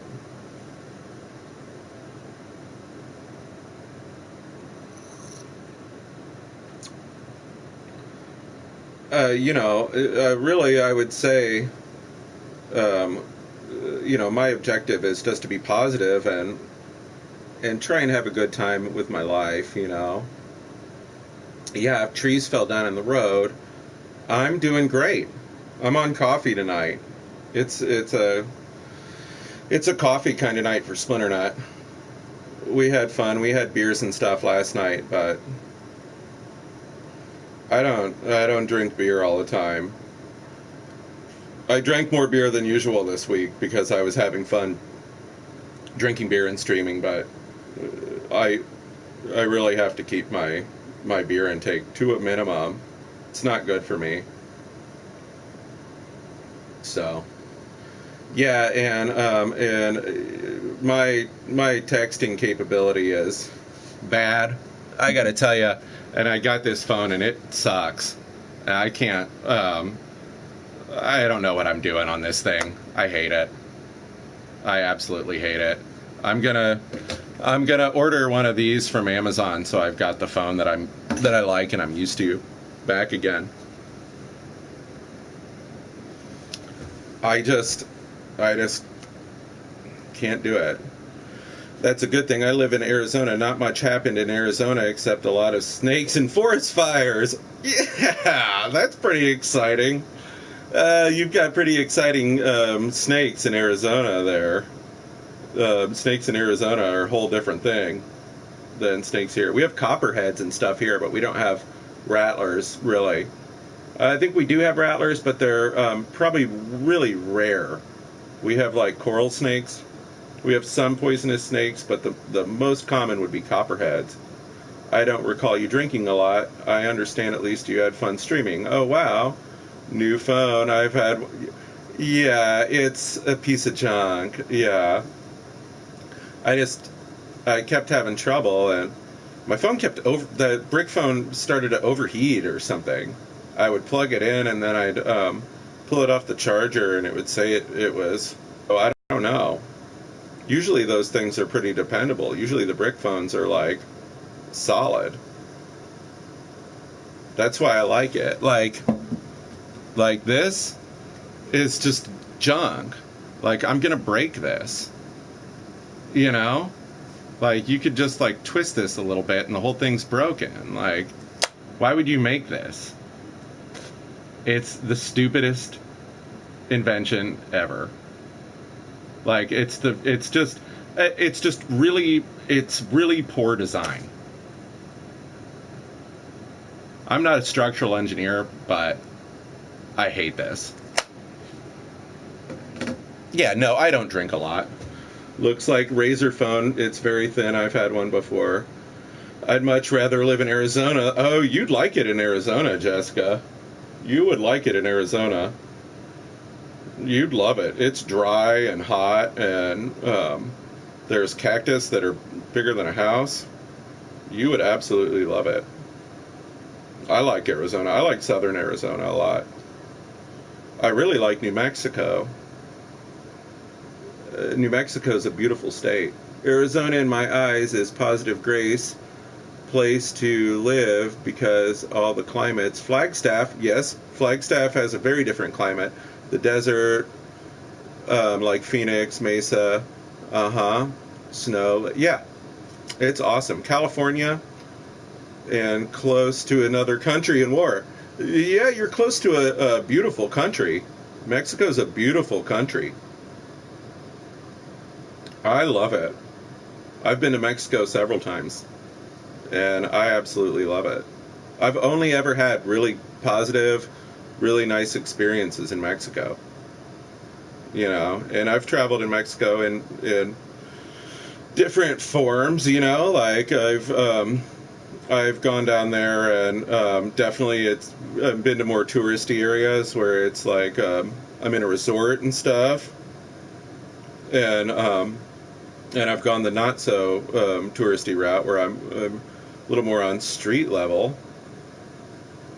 I am blessed to have traveled so much. I've been a lot of places, and you know, I'm a slouch with traveling compared to some of my friends. I've got friends that are really avid world travelers. You know, I know people that after we got out of high school started traveling and really never stopped. You know, so I am blessed, and I have gotten to hook up with people that have the bug and they want to travel, and we make the plans, and you go. You know, it's terrific. But the trick to traveling is other people. You got to have a reason, you know. There's got to be somewhere to go and a reason to go there. So, you know, I've been on a few tours and things like that, and skateboarding was a really good excuse for travel, and you know, of course, I wanted to see Europe, and art's a really good excuse for travel. So basically, it's just, you know, make up an excuse. Traveling to me equals money that I don't have. I agree with the reason. You can't. You don't want to go alone. You go alone traveling, you're going for like business. You're going to like get there, do what you're gonna do, and come back, or you're like going to visit somebody. And then when you get there, you're not alone. You know, but it really takes other people. You've got to have networks to travel. You've got to have actual southern social network in the real world. I'd rather live in a dry heat than humid heat because most of my family lives in Florida. And I'm going on the 30th, and I've been there. Yes, I have also been to Florida. I've lived in Florida, and definitely Florida is a stickier, more humid climate than Arizona. If you're used to Arizona, Florida is going to feel pretty mucky. But I got used to living down there. A lot of the year-round temperatures in Florida, it's a lot like what summer temperatures are like here. But summer in the Florida is a different story. Summer in Florida gets freaking hot and humid, and it's a swamp. It's a huge freaking swamp. It's nuts. Happiest place on earth, Florida. But honestly, you know, I love Florida. It's my second home. You didn't know I lived in Florida? Yes, of course. I lived in Florida as a teenager. I lived in Florida. I went to high school in Florida. Terrific. We lived in Port St. Lucie. Don't get me wrong. People from another country will probably call me a redneck since I'm born in the Southwest, and I love my guns and my country. Hey, well, I mean, that's your prerogative. I mean, that's the best thing about living in this country is you get to have your own opinions about things, isn't it? You know? Hey, you creepy pervert.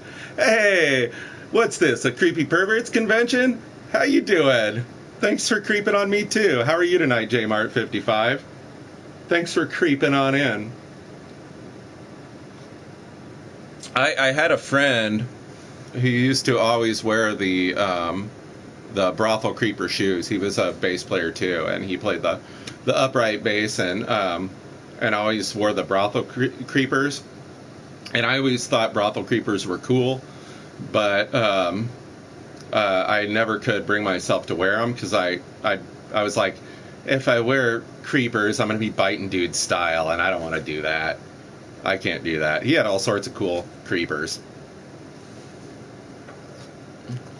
Don't get me wrong, my country did some bad stuff, like the Gulf of Tonkin, which got us into the Vietnam War, which is one of the... I mean, that was definitely a contested thing, you know. Everybody gets to be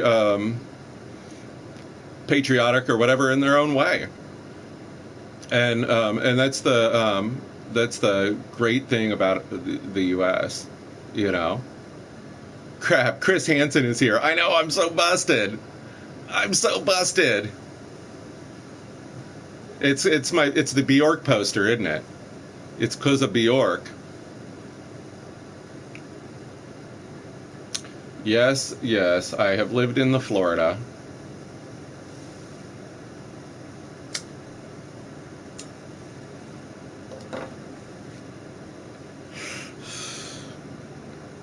You know, every society is going to have major achievements and major blunders, and the achievements and the blunders don't always add up to what it is as a whole, I would say. Have you seen that How to Catch a Predator?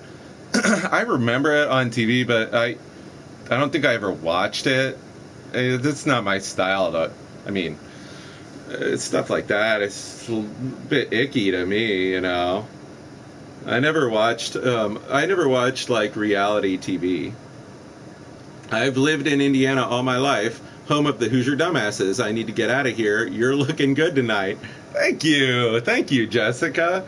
That's charming. Well, I'm looking good for a Hoosier dumbass, huh? For an Indiana dumb shit. Yeah, I guess I can clean up nice, you know. But the motto for Indiana, what I'd say about Indiana is, Indiana, act like a dumbass and they'll treat you as an equal. is a meme now. Oh, To Catch a Predator is a meme now. Yes, I have seen I have seen that To Catch a Predator is a meme. I have noticed that.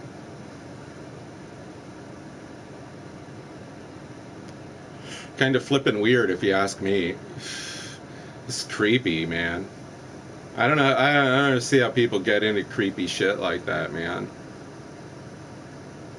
I don't know. I just want to.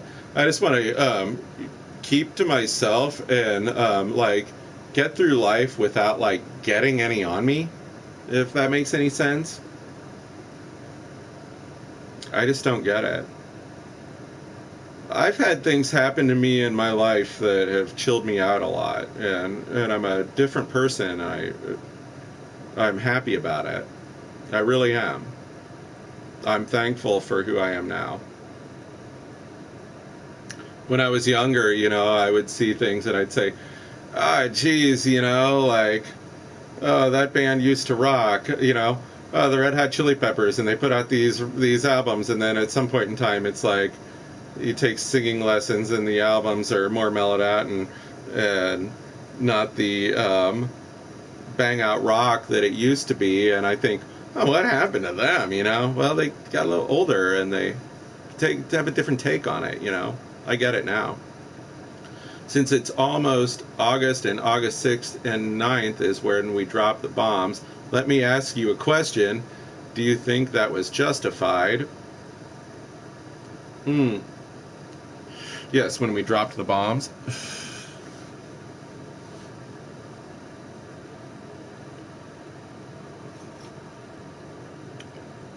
Are you gonna ask me if I'm gonna justify the bombings of Hiroshima and Nagasaki? If I'm gonna personally like justify that? Is that the question at hand? Red Hot Chili Peppers, love them. Wouldn't agree with dropping bombs. I'm a peacemaker. I hate war. Well, I feel the same way. I feel the same way. I'm not into dropping bombs. I guess what I'm saying is, and I hope that in the 21st century, we get into less bomb dropping than we did in the 20th century. More people would have died if we didn't drop a nuke. Well, see, and there you go. I mean, that's, again, there's two sides to every story, right? We were at war with Japan at the time, and so, I mean, who knows? You know, all I can really say is, like, I wasn't there, and I can say that you've got to admire the Japanese for handling that in an orderly fashion and being as collected as they are through probably the most horrible thing that's ever happened to a group of humans in like that short of a period of time. It's really the duality of the whole thing. I don't see how people can do horrible things to each other like that. I don't see it. I don't understand it. I'll never understand it. I'll never understand any of it. I do know that it was so horrible that nobody's done it again. Nobody wants to do it. Nobody wants it happening to them, and nobody wants to do it. Right? Although I do love Dr. Strangelove. So there you go. You know, art imitates life, you know. Yeah, I don't get it. I don't understand. I don't understand what the problem is.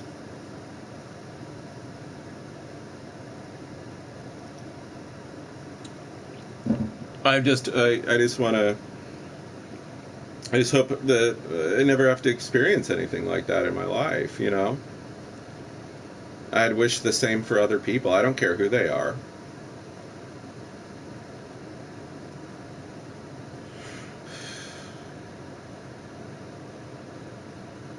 I don't know. I don't have some sort of like agenda, you know. I can't I can't get too worked up about things, that's for sure.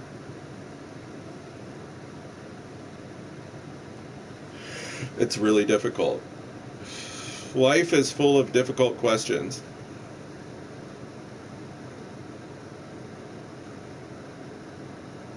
And again, it's objective reality and subjective reality combining to create the event, and then the event occurs, and then it's up to us to interpret. That's our job as human beings. But if you can't think in the abstract, if you're gonna be tied into a belief system, then it's hard to make that possible. I've always thought that I was lucky because I kind of make it up as I go along. I don't need to have a belief system to have ethics, I would say. Triumph, heartbreak over war. I hope it never happens in our generation. Well, it has been happening. It has been happening, but now it's different, and people like to pretend it's not going on, and they kind of glaze it over. But yeah, I mean, the United States, we're in a lot of economic trouble and everything because of it. So it is happening, and people should be aware of it. And if the kind of things were happening now were happening in the 60s, people would be all over it. They would have, but 21st century, people are distracted, man. People are distracted with things like this and whatever's going on Facebook. And Flat Earth, 30 seconds, go! Michigan saying hello show. Hello, Michigan! It cut me off. I said it happened in some parts of our country, including USA, but nothing like World War II. Definitely. You can only type so many characters. Flat Earth, I mean, clearly, Flat Earth is the way to go. I believe every bit of it. It's all true. Everything the Flat Earthers say, true. Well, we don't know. It's not like there's, communication satellites orbiting the Earth that are making this internet thing possible. I refuse to believe it. It's all a conspiracy. It's a big conspiracy against us. Well, war is good for some things, good for business. Both the world wars just dumped decades ahead of the Civil War ended slavery. Well, ended fascism. Obviously, it's something that that human beings have needed to do for one reason or another over the years, but also it's because I would say it's a reflection of the limitations of our understanding. And the further we gain understanding, the less we're going to have to go to war with each other to do things like that. Because at some point in time, we'll all speak the same language, so we'll understand each other very well. And that's going to happen. I don't know to argue over war. I just don't like it. Well, that again is your subjective reality. That's exactly. Thank you, Jessica Rabbit. Thank you, Jessica Rabbit. I'm trying to use my brain. It's difficult. I get the rusty gears working, but I'm trying. I'm actually making an effort to use my brain. In my eyes, war and separates from animals, and the ability to survive also separates us from animals. I agree with your statement. Also, animals do go to war with each other. Apes and stuff actually go to war with each other. So it could be something primordial that actually connects us with them. It's a trait we've inherited. You're always using your brain. You are incredibly intelligent. Thank you. I meant to say art. Yes, art separates us from animals. Yeah, definitely. I've seen art done by animals, and it's not good. There are elephants that can paint and stuff, but it's kind of for shit. They're not very good. I still haven't seen an elephant that can paint anything like Picasso, you know. But yes, we can think constructively. We can think artistically. We've got more going on than anything has before, and it's pretty flippin' exciting. No, you know, a no elephant's going to invent a microprocessor or something like that.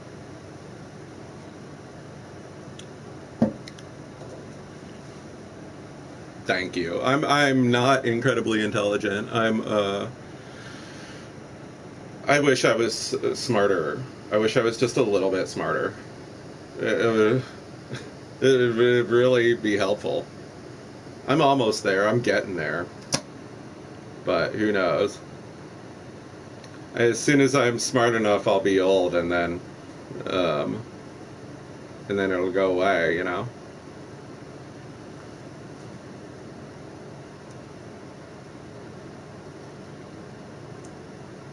Ah.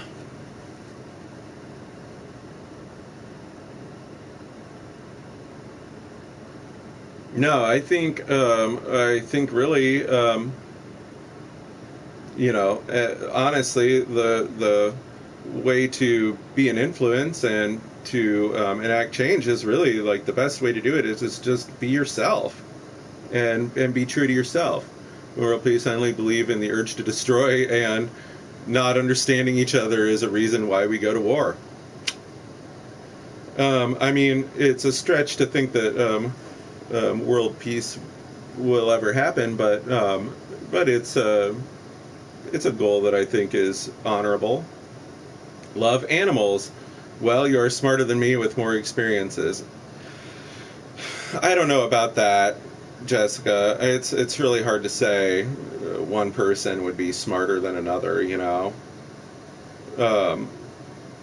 You know, someone like Stephen Hawking is smart in a lot of areas, but I'm sure there's lots of things he doesn't know anything about. But you can always gain from your experiences. I've never been afraid to try anything because I know that it's all educational, like whatever you do. When I was a kid, I was taught how to teach myself. I didn't need teachers and stuff in school. If I wanted to learn something, I'd learn it. It's frustrating in a lot of ways because I have a hard time, you know, I wouldn't be able to participate in like traditional education really. It'd just be too frustrating for me. I can do the research myself and I can learn it myself, but I can't do anything that would earn me a degree or anything. It'd drive me crazy. I hate it. So the downfall is that I'm not academic, which is ironic because I live in a place with a major university that I got accepted to and didn't go to, but I didn't want to do it. I knew it would drive me nuts.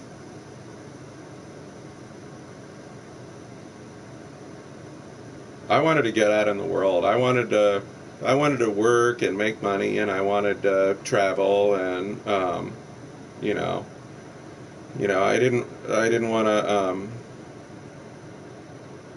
It's true. I remember you telling me that about teachers. I graduated from college and didn't learn anything, so you didn't miss much. I was accepted to IU. I was accepted to IU. But I didn't go. I didn't want to go. I got accepted and I was going to go, and then I just didn't sign up for classes, and I forgot all about it, and then I went to Mexico and went to California and just had a good old time. Yeah, but I get frustrated because I want to be on more on my own direction. I couldn't put up with going to class and listening to a lecture on. I'll listen to a lecture if I want to, but don't lecture me. I don't want to hear it. Yeah, because the high school that I went to demanded that you have a good grade point average. So I was really a poor student in school, but by the time I graduated, I had kind of recovered my GPA. Um, and it's actually a pretty anomalous that I was accepted to Indiana University um, because I didn't take the SAT. So IU actually accepted me with no SAT score. Very nice. You didn't tempt IU, way too expensive, and I don't like all the dumb kids. Yeah, after growing up here, going to the university was just not appealing to me. I felt like I knew what was going on in the university. I worked for the university actually at the time. I worked at the IU bookstore in the Memorial Building. So I was there all the time, you know, and I had a job, and I just wanted to save my money and get out of here, you know. Indiana's a nice place to leave. It's terrific. Leaving here is awesome. It's a nice place to come back to. I like that it's here.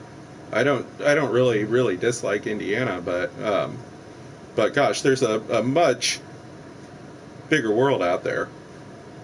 Those who long enjoyed privilege as we enjoy presence, enjoy that man have died to win them. FDR. I know this is random. I just want to say it. Say your piece. You have a platform. Say your piece. I'm feeling you there. Oh yeah, the bookstore. You told me that my mom worked. Oh, your mom worked there. That's interesting. I've heard so many bad things about campus. I don't blame you. Okay, it was nice working on campus and stuff. I rather enjoyed it. Those were good times for me. Those were. Your mom worked there for 20 plus years? At the bookstore? She didn't work at the bookstore.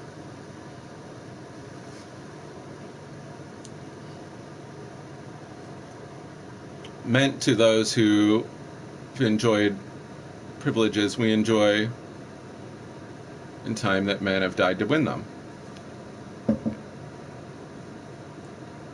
Yeah, you know, in like China and Chinese culture, they always thank their ancestors and things like that. So yeah, you have to pay homage to your ancestors because you wouldn't be here without them. Your mom didn't work in the bookstore. She was at the hotel. Oh yeah, okay. But that was in the building, in the Indiana Memorial Union. I see. I see. Interesting. Interesting. Oh, that's a nice hotel. It's awesome. I I love that building. Really, when I was a kid, I was pretty fascinated with that building, and even now, I can just think about it in my head and like imagine it, and you know, because the IMU is the largest student union building in the country. It's enormous. It's a castle, and actually, underneath it, there's an intricate tunnel system, which are like bunkers. So the Union Building is actually the closest, best place to go in case of a disaster here. So that's good to know.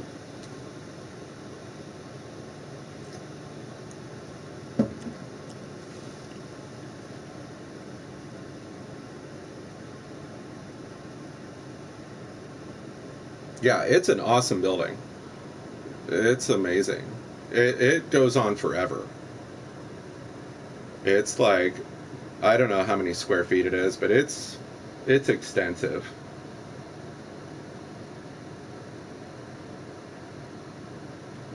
I'm gonna go freshen up my coffee. It's a pretty building. It's expensive to stay nights there. Had no idea about the tunnels. Whoa. How have you fought in the war?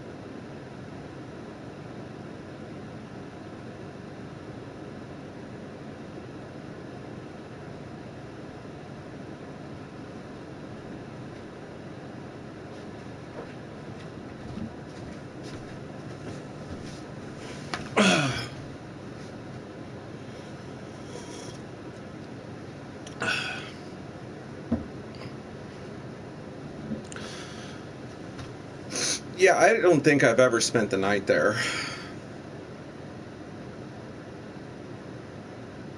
I don't think I've ever spent the night there. I've had lots of interesting experiences in the Indiana Memorial Union, but I've never spent the night there.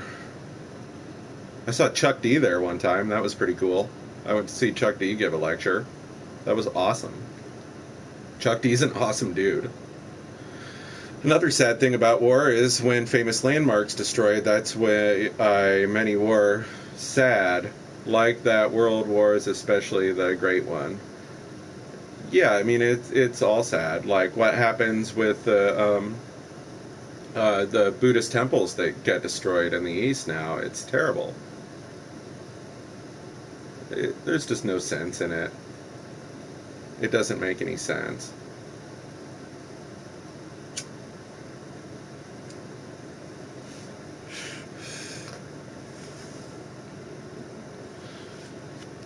I don't claim to understand any of it. Really, honestly, between me and you guys, I really don't claim to. Sorry about the grandma. I didn't check before I sent it. Sorry about the grandma. Oh, okay. That's what happens, man.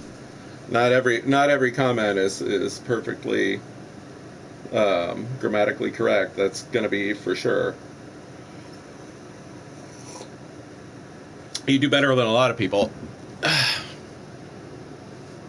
But I can usually decipher it, even if there's a little typo or something.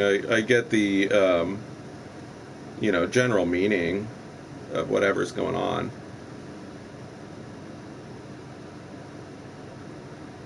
I'm speaking in generalities, of course.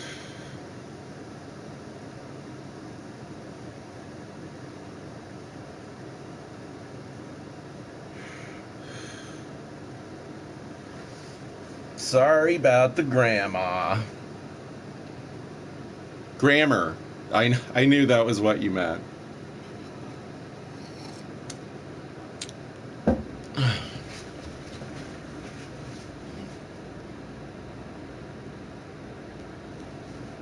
Sorry about the grandma.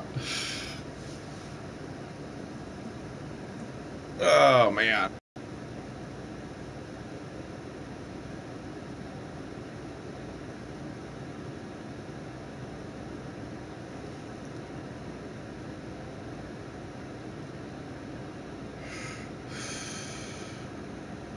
But yeah, that is sad when famous landmarks get destroyed. That's pretty terrible. It shouldn't happen. We got to get past that. We got to get over that shit. I really hope we do. That's my rant. I only check it when I'm having a debate online. Are you in the debate club, Quao? You seem like you're an inquiring mind. That's for sure. You want to get to the bottom of things. You seem to want to get to the bottom of how people think about things. That's the sense I get for you. People need to calm down. Yeah, calm down. Handle your shit. Somebody robbed the Burger King the other day. Somebody robbed the Burger King on the west side of Bloomington. Like, at what point in time, at what point in your life are you going to go in and rob a freaking Burger King? How does it get there for a person? Like, before you walked into that store and robbed the Burger King, wouldn't you say to yourself, what am I doing? Like, has that ever worked out for anybody? Has anybody ever, like, robbed a Burger King and then it made all their dreams come true and, like, made awesome things happen for their life? Like, how would that be a good thing for your life? What are you doing? You know? It's short-term thinking. I don't know what they're thinking. But there's... Why Burger King if it was McDonald's for those 10-piece chicken nuggets? But that's exactly it. Why would you rob a Burger King? What are you going to get? You know? $200? I mean, it just takes someone with a seriously addled mind. And the thing is is they're gonna catch you. You're done.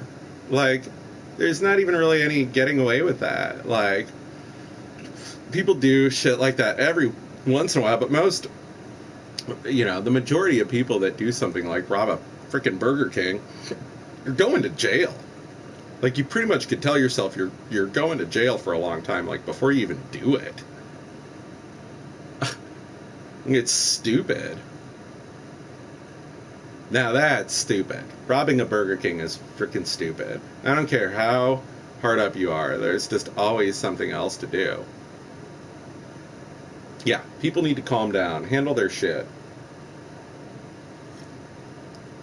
The Zodiac Killer got away with murder. He sure did. Hey, cheers, Sam Rafferty. How you doing tonight? Good to hear from you. How are things in your neck of the woods? That's what I want to know. What's going on in Sam Rafferty world? That's what I want to hear.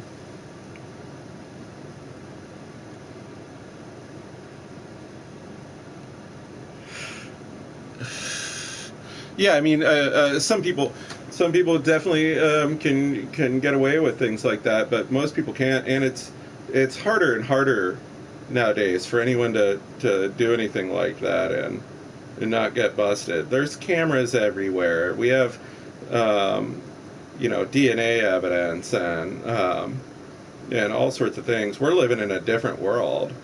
You rob a Burger King and everybody's going to have you on their cell phones. They're going to get their cell phones out and record you robbing the Burger King. Krispy Kreme Donuts keeps getting robbed 3 times. It's ridiculous. Hey, Sam. Good evening, Sam Rafferty. Everyone's happy you're here. I love it. Krispy Kreme got robbed 3 times. I know there was that Pizza Hut that used to always get robbed. I also heard a cop walked right by him but didn't arrest him because they got his... Not a white man. Good job. Way to go. Big ups to the cop that screwed that up. Just good. Off work, bro. Chilling and drinking. Me too. It's coffee tonight, though. I'm on a different kick tonight. We had beers last night, but I'm drinking coffee tonight. I gotta stop drinking coffee though because I know it's getting late, and if I keep going like this, I'll be up till 5 in the morning. I have a problem with having caffeine too late. It's nuts. It's a problem. Caffeine, it's an issue. Man, well, it's good to hear that you're good, though. Hell yeah. Yeah, really, honestly, I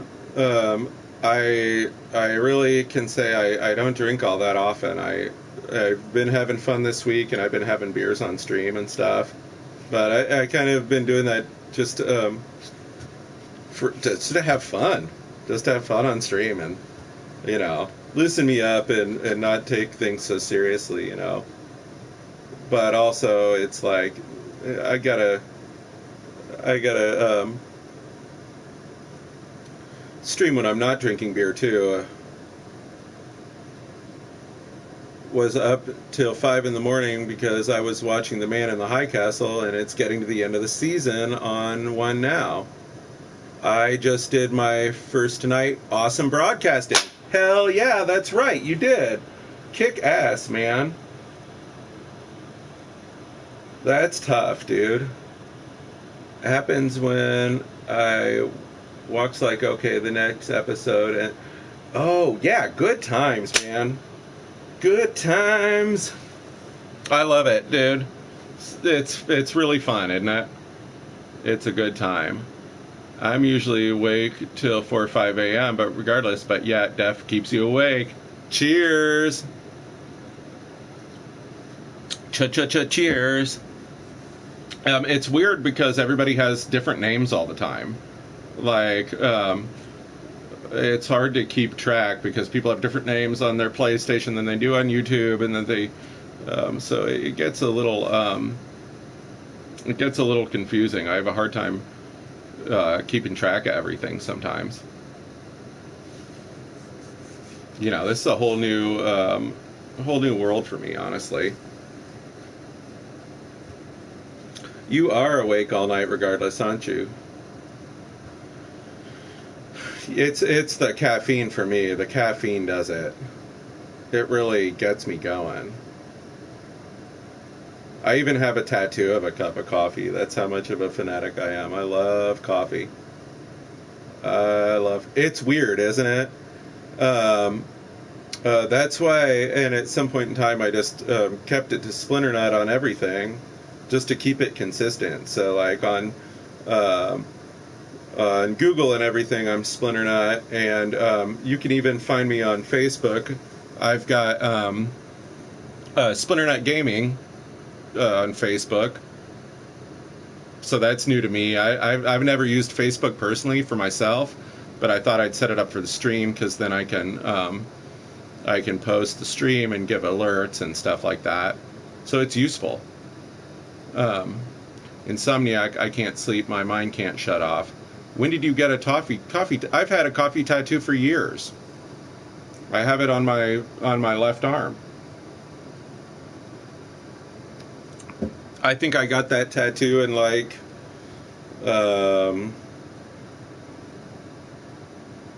maybe 2006 or 2007.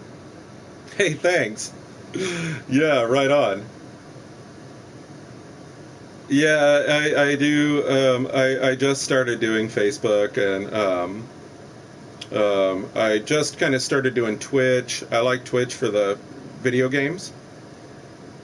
So I think mainly when I do this and when I chat stream, I'm gonna broadcast this mainly on YouTube, and when I do video games, I'm gonna do that mainly on Twitch.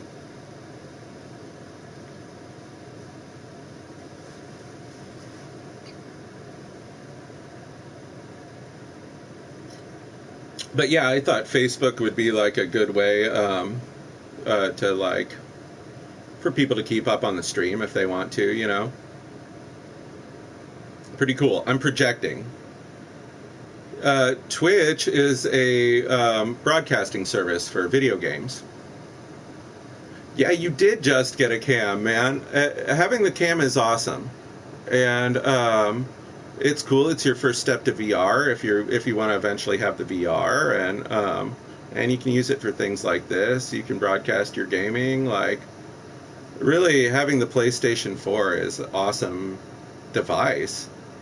Like, it's a pretty powerful device that, you know, I got this thing. I didn't know what it did. You know, I had something fun that I got to investigate, and so, you know, all of this is kind of like really exploiting the potential that you have with the PlayStation 4, that it makes things possible that, I mean, I couldn't do this on any gaming console I've ever had. Like, it's pretty awesome. Yeah, Twitch is cool. I really like Twitch. I don't have a good base on Twitch, but I think it's a really cool service. I don't know how to expand my. I think maybe I just stream more. You know. Yeah, man. Good vibes. Good vibes to you, Sam. Cheers to you. I'm a coffee addict. It's true. I'm a coffee addict. I'll admit it. And a pizza freak. PS4 can do everything from what you've told me, and it's come down in price too compared to a year ago. It really has. It really has. Vanoff had to buy a new PS4. He had to buy his third one. So I actually gave him my PS3 for trade-in value, so he didn't get highway robbery on his next PS4. So yeah, I gave that away. Vanoff actually bought me my PS4 to begin with. I wouldn't have gone out and bought a console system for myself, definitely. That's just not the kind of thing that I do. I don't get into like stuff like devices, and but then when I have them, I really like them. Twitch. Everyone talks about Twitch. This is interesting. This is a combo emoji, yin yang peace symbol. Everyone's talking about the Twitch. Everyone's talking about the Twitch. No, Twitch is a website, live Twitch TV streaming service. Twitch is cool. People do this on Twitch, but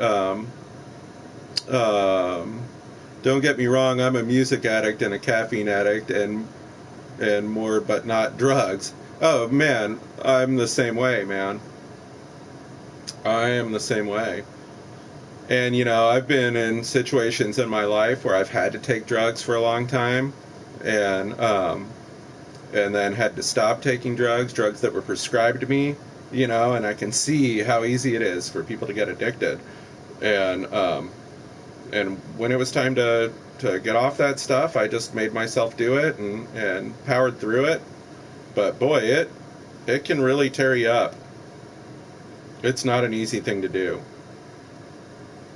I don't look down on anyone that's a drug addict because, you know, quitting is going to be the hardest thing you're ever going to do in your life. I didn't mean to send that. It was supposed to say peace and happiness to Sam, not Twitch. Strange. The internet morphed my word.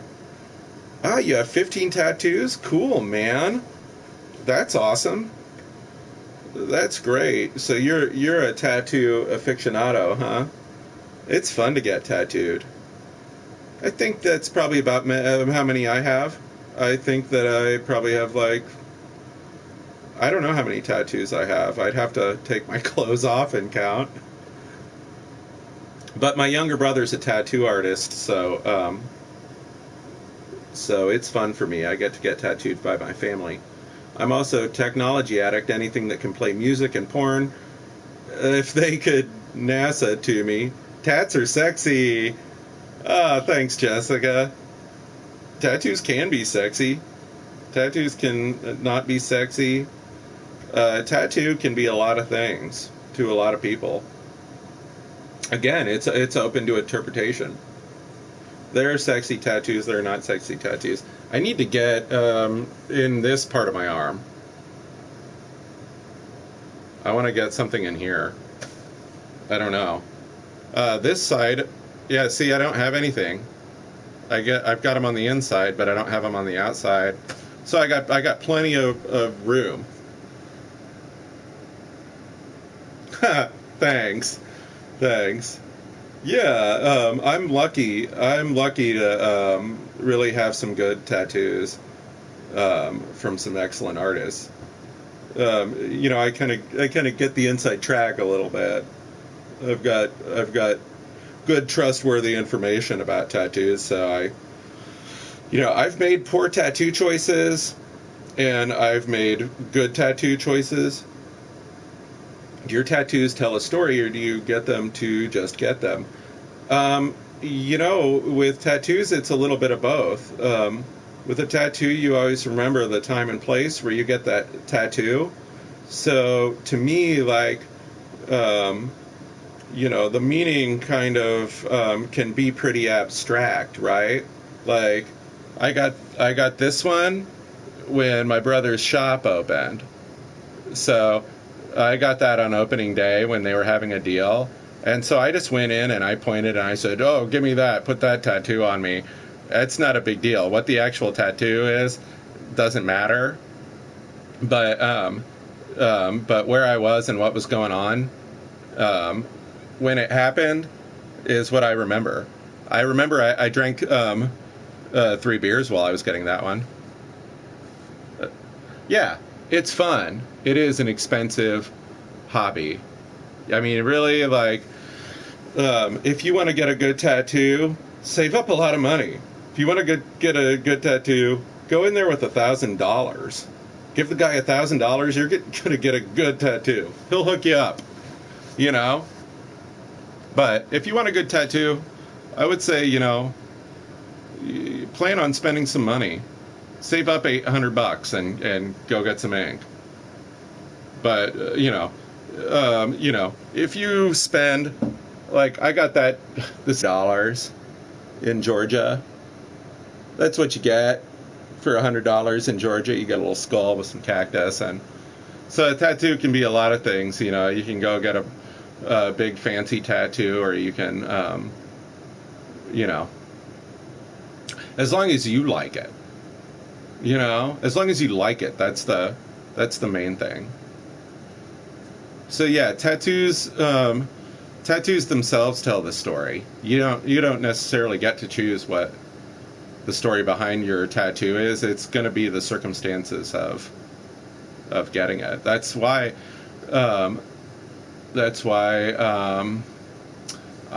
yeah, you didn't like your tattoo experience. Well, yeah, I mean, $60, it's not going to get you all that far as a tattoo. I think I paid $50 for my first tattoo. It was not good. It was not good. So yeah, I've made good choices. I've made bad choices. Hopefully, with tattooing, you keep the poor choices small. You know. But also, you know, I don't get. Hell yeah, it means something. Good stream. Hey, thanks a lot, Sam. Man, big ups to you, Sam. That really means something to me. You know. If you're watching and you like it, that really makes me feel good. That means something to me. You know, I try and any sort of art that I do, like, my objective is to, like, get my ego out of it.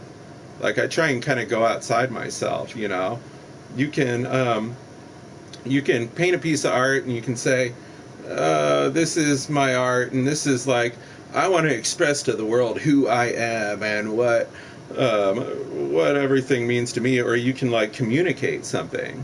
And what appeals to me about streaming and everything is that it's not about me. Even though I'm the one sitting here and I'm the one talking and I'm the one broadcasting, this is not about me. This is about you. This is about Jessica Rabbit. This is about Wild Crimson. Cheers to you, Sam. Big ups from Jessica Rabbit. Thank you very much, Jessica Rabbit. You're a sweetheart. Holy shit. Hello, everyone. Hello, Wild Crimson. Wild Crimson. I'm 16 now, but I remember being 5 and getting those little sticker tattoos and thinking we were the bomb, or that's just me, don't know. I loved the little stickers tattoo. Cheers, everyone, from Sam Rafferty. Big ups to everyone from Sam Rafferty. That means you, Wild Crimson. That means you, Quabranru. That means you, Jessica Rabbit. That means everybody. Cheers to you, man. I love it. It's a good time. It's like having everybody in my living room, but I don't got to clean up the next day. I just got to clean up after me. Me and Steven used to have really good parties. We had a house together, and we would throw parties for the neighborhood and our coworkers and everything. I was a manager at a store for a long time, and so as the manager, I felt like it was my job to, like, have the Christmas party for the store and host and do all that stuff. So I think hosting is something that I'm interested in, and hosting is something that, like, comes natural to me, you know. So I like to host I like to host a little party. It's a lot of fun. Hey, what's up, Darth Skywalker? How you doing? How's it going? Good to see you again. How's things in your neck of the woods, Darth?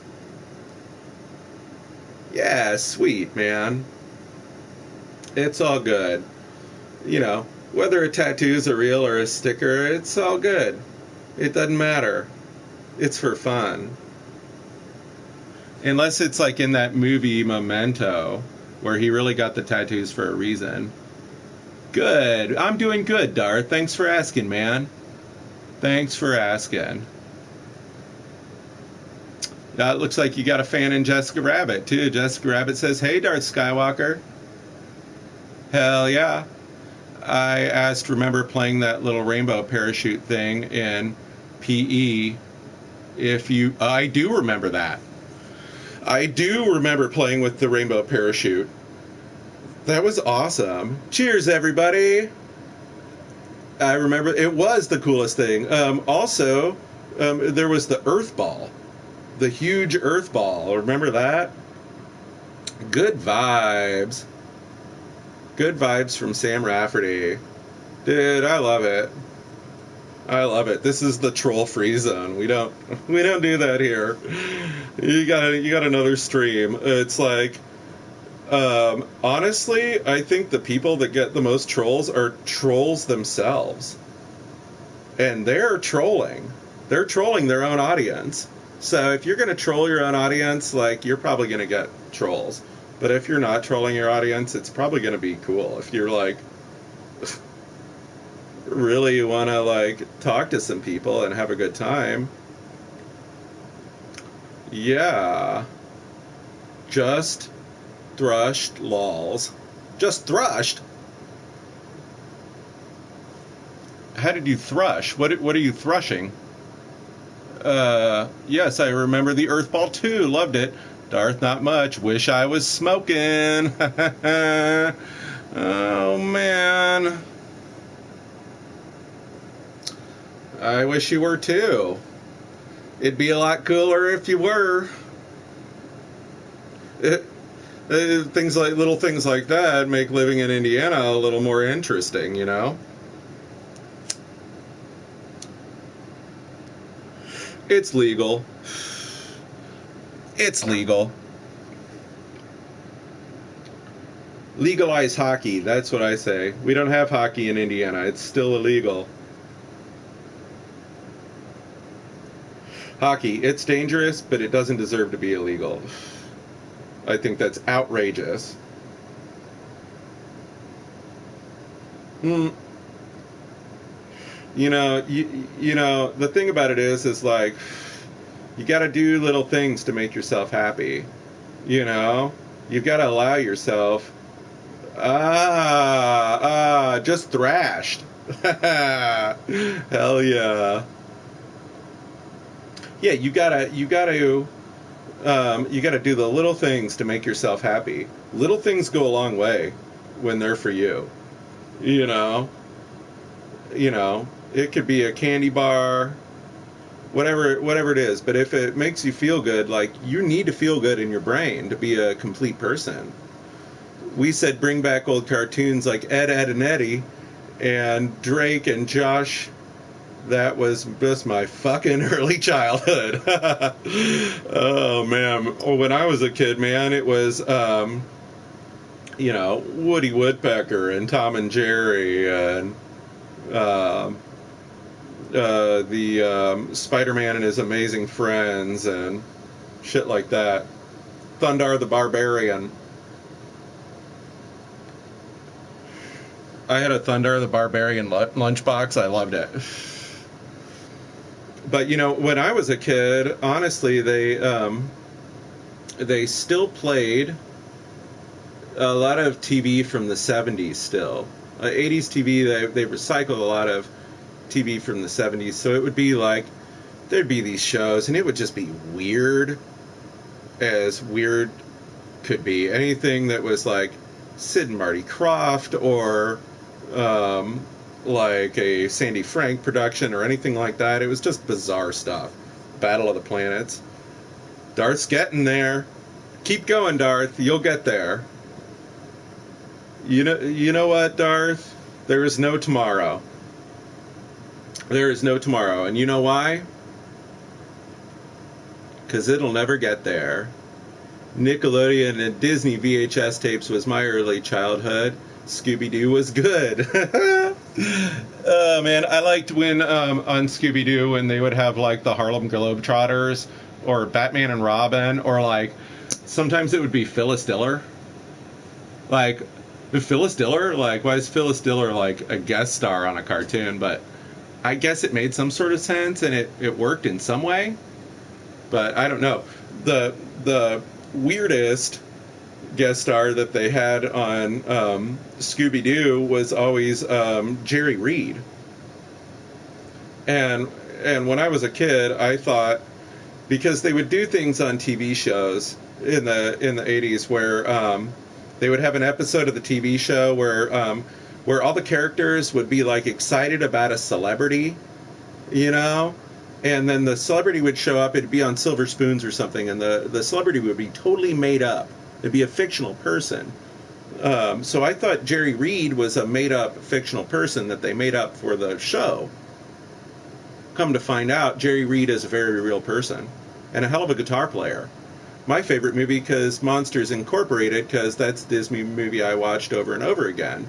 Splinternut, sub me, bro. Gotcha. Darth, are you Darth Skywalker on YouTube?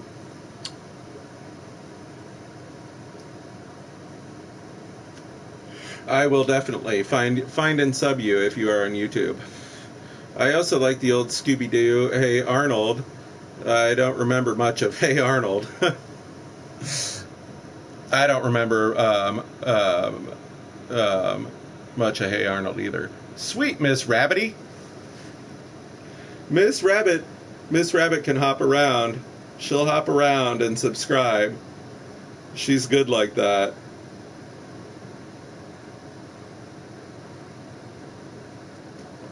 Miss Rabbit's out for her afternoon hop. Yeah, definitely. I will find you and sub. It's hard for me to remember everything that happens on the stream. Mike Wazowski, yo, you forgot to fill in your paperwork this morning. I know. I really should have. You're younger than me. Crow. I'm 29. You're 16. Cartoons have changed so much. They were better back in my day. Everyone says that. I mean, you know, I'm almost 40. The TV in the 80s and stuff, I mean, it was like a freaking trip. You know, you woke up and you turn on that analog TV and it was a trip. You know, you were watching Voltron or Robotech or Battle of the Planets or some shit like that. And then you had to go to school and, like, interact in a real-world environment. Impossible. Sam Rafferty's 25. I was born the same year A New Hope came out. Hell yeah, me too.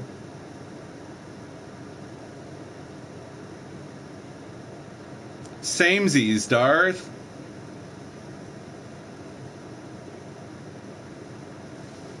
I love A New Hope. It's a terrific movie. I mean, out of all the movies, really, it's like, I still think A New Hope has the most charm. They were obviously making it up as they go along and having a good time with it, not taking it so seriously. You know, I feel like nowadays there's maybe they're trying pretty hard, you know. But, you know, it's good entertainment. People enjoy it, and they have a good time, and they know what they're going to go see when they go see a Star Wars movie. So, you know, it's positive. So I like it. I give it a thumbs up. Big ups to Star Wars. I like a Star Wars. I'd love to be born in the 70s. In my past life, I believe I was born in the 70s. Hey, everyone, do a favor for me. Say your zodiac sign. Interesting. This is a good topic, and I'm going to excuse myself for 1 second, and then I will return, and I want to hear your answers. I'll only be off screen for a minute. My first game console was N64. I played Pokemon Stadium and SpongeBob movie and Spider-Man game. Yeah, I had an N64 too. We played GoldenEye and WCW NWO Revenge. I loved it.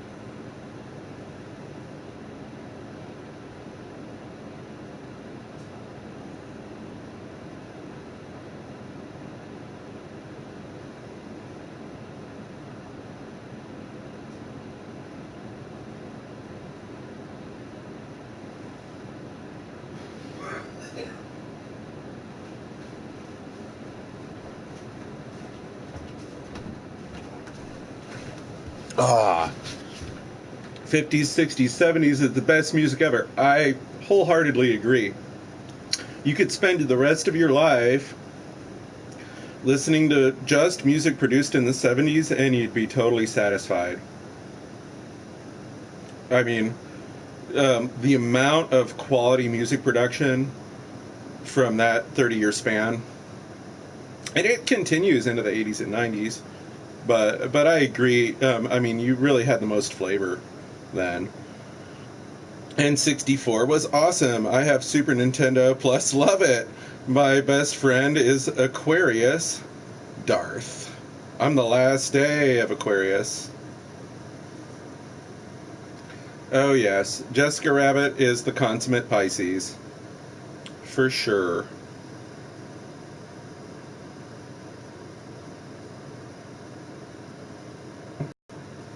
That's anomalous.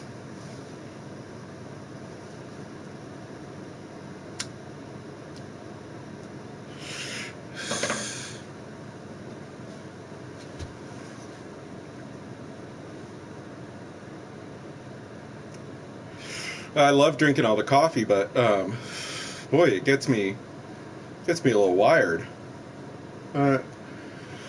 Makes it so I've got to take a few breaks there, you know, running back and forth. I don't want to do that so much.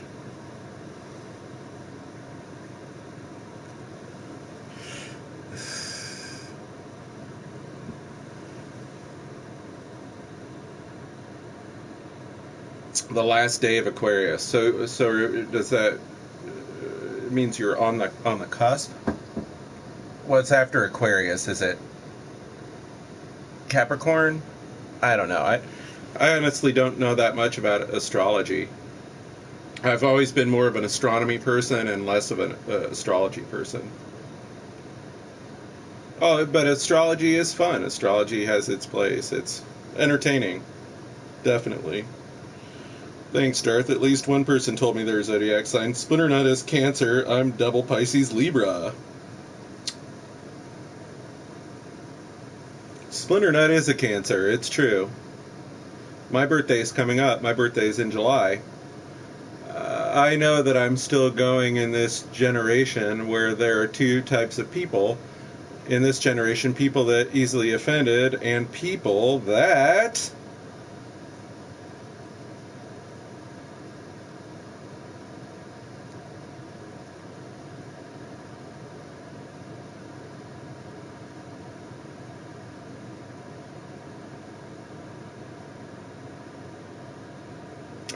I gotta wait 30 seconds for the next thing.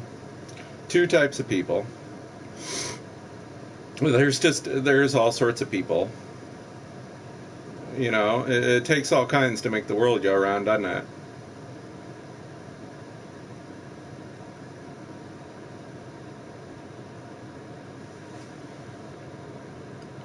Aquarius goes from January 20th until February 18th.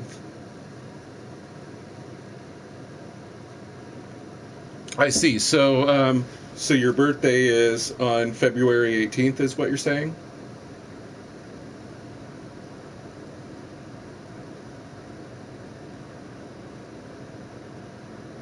I feel like I knew that.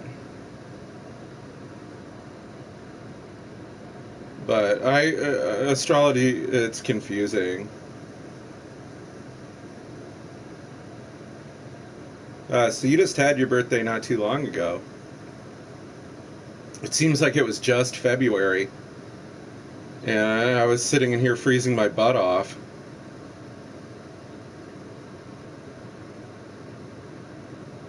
This winter wasn't so bad, though. This winter wasn't like some winters we've had in the past. Pisces is after Aquarius. You're Aquarius plus Pisces, but depending on time you were born, you're technically three different signs. I study February 18th, 1977. Well, Darth, you're a little bit older than me. I was born in 78. So I guess I wasn't born the year A New Hope came out. I remember going to see Raiders of the Lost Ark at the drive-in movie theater. That was awesome. I remember seeing Tron at the drive-in. But I'm going to let you guys in on a little secret. The first movie I ever remember seeing in the movie theater was Krull. That's the first movie I honestly can remember going to see. My older brother took me to see Krull. The two types of people in my generation are easily offended and people that offend other people. I know there's no like healthy medium anymore, is there? I really don't get that behavior. It's bizarre. May 4th, 1977. Wow. Yeah, I always forget that it was 77 that it came out. Krull. Krull. The first movie I thought saw in the theater was Space Jam. That's awesome. I didn't see Space Jam until like last year. Yeah, I've got Krull around here on VHS. I know I have a VHS copy of Krull. I don't know exactly where it is. I don't like taking the time to go through all the tapes.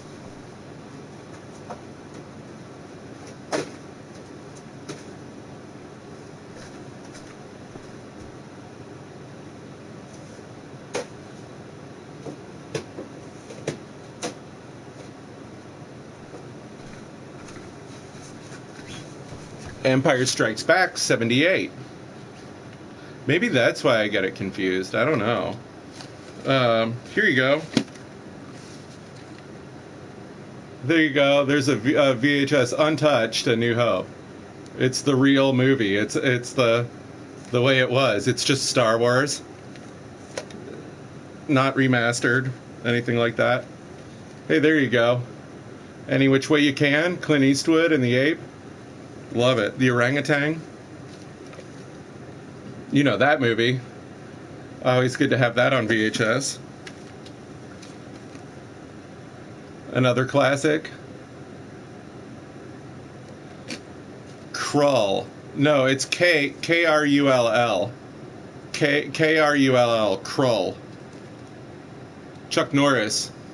Braddock 3. Missing in Action. Like I said, I only check my text when I'm debating with people. You didn't answer my question. Are you on the debate team? Crow? Then Return of the Jedi was in 79? Really? What? Did they really? They didn't really make them that quick, back to back, did they? I don't know. I don't know about that. I'll believe anything, Darth Skywalker. I'd believe you cut your own hand off.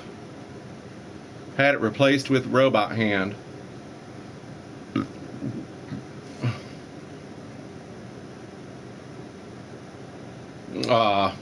My cup is dry. I'm done with coffee. I'm horrible with remember dates. I'm bad at that too. I'm bad at like time in general. I have a weird concept of time. I never could keep track of anything. In school and stuff, I never could get the hang of it. I think there's a part of me that like wishes that I could freeze time and just make it stop for a little bit. You know, so it's hard. I have a hard concept of like the future, and it's actually nearsighted people are like worse with money and things like that, and it's because we literally can't see far into the future. So people with bad vision have a tendency, you can be actually literally short-sighted because of it. There's like a meeting on the internet called Debate Team that I don't know about. Is there? No. The debate team would be like at your school or like something like that. And the debate team would be an academic pursuit, I would say. I am bad with names. I can be like that too. It's especially hard when it's this because you don't have a face with the name, so that's tough, you know. You can't really like put that together. Oh no. I have a hard time putting it all together anyways. Interesting perspective about bad vision. What do they say about people with bad hearing, bad balance? I know I'm bad with names too. I'm bad with faces. See, everybody's got their strengths and weaknesses. Now that I'm older, my inner ear has changed, and you know,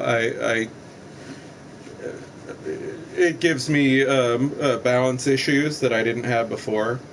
I've had things affect my hearing that definitely affect my balance, and I don't have like the coordination that I had certainly like in my 20s.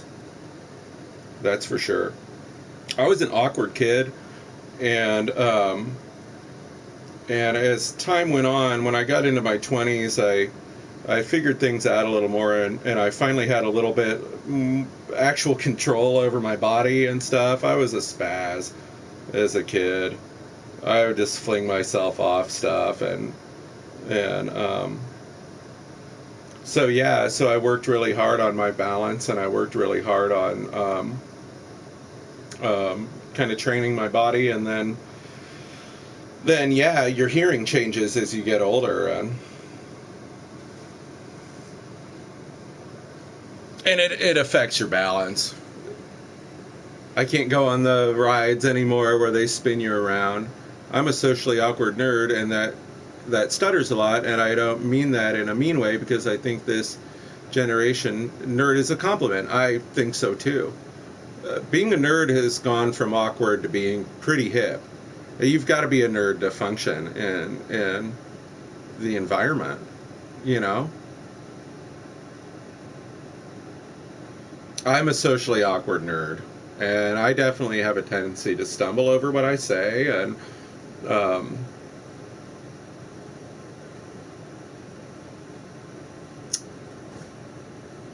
so yes, it is a compliment. Being a nerd is cool. Being a nerd is cool. I don't think it ever has not been cool. I mean, Bill Gates is one of the richest people in the world because he's a cool. You were a great skateboarder, Teddy. I was born with hearing problems. I was also born with stuttering problems, Crow. I still do sometimes. I've never noticed you stutter, Jessica. I was an okay skateboarder. I was passable. I'm too big. I'm like Morty from Rick and Morty. I like that show. I like Rick and Morty. I've only seen like little bits of it, but it's pretty funny. Rick and Morty cracks me up. Rick and I don't think I have hearing problems. I dizzied myself out playing Battlefield the other night because I was in the headphones and everything, and when I took the headphones off, my ears were really blasted from all the noise.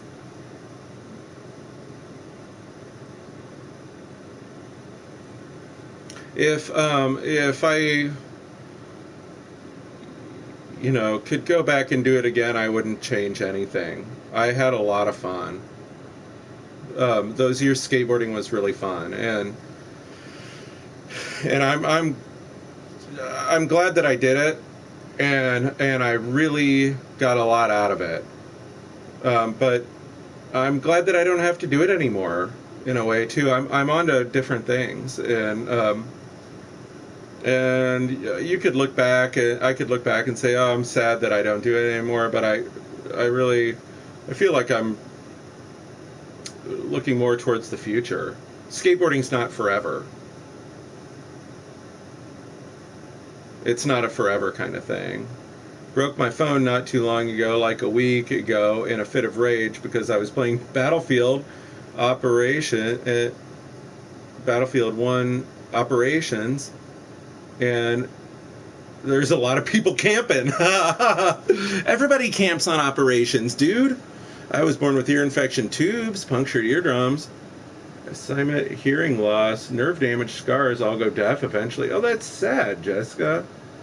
I didn't know it was that severe. I didn't know. I knew that you were sensitive to sound. Definitely. About to win, but don't one of the maps were on the last section. Well, about a capsule, all the flags, and then we lost. Well, that'll make you break your phone, man. If it won't make you rage quit, it might make you break your phone. I suppose.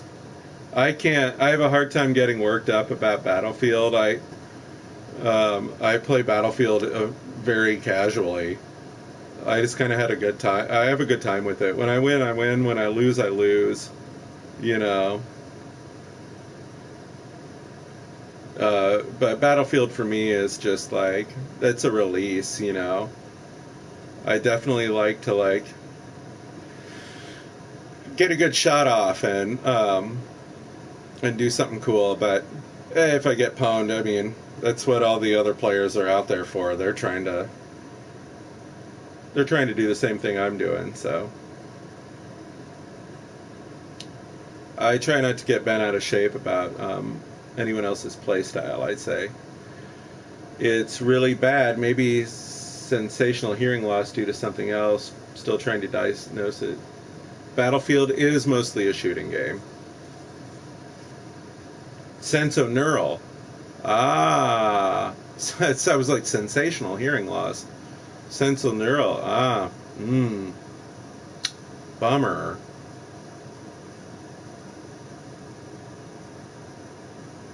Yeah, Battlefield is mostly a shooter, but it's pretty expansive. With Battlefield, it's vehicles and team play, and Battlefield's more interesting. It's more dynamic than some of the other shooting games. So I definitely dig it.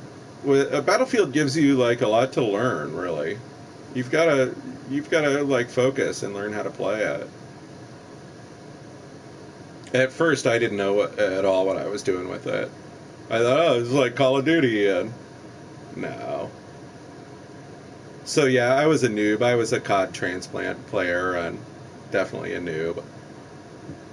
I play medic, and I think the medics try a bit too hard, but not to be sweaty just to win, because that's good try hard and bad try hards.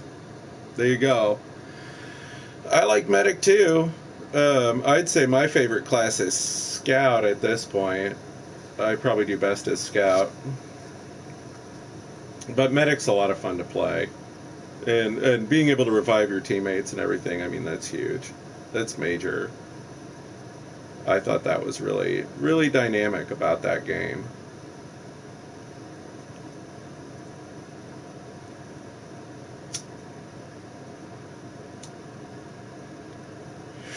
Yep. Good tryhards, bad tryhards. At least they're.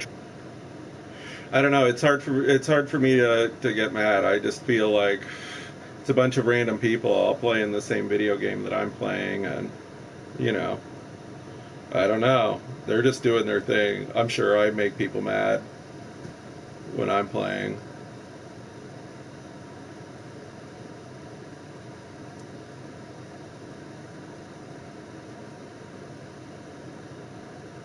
But I really like the Martini Henry sniper. That's my favorite weapon right now. The Martini sniper has been my go-to. Guys make me want to play. I kind of want to get on and play Battlefield.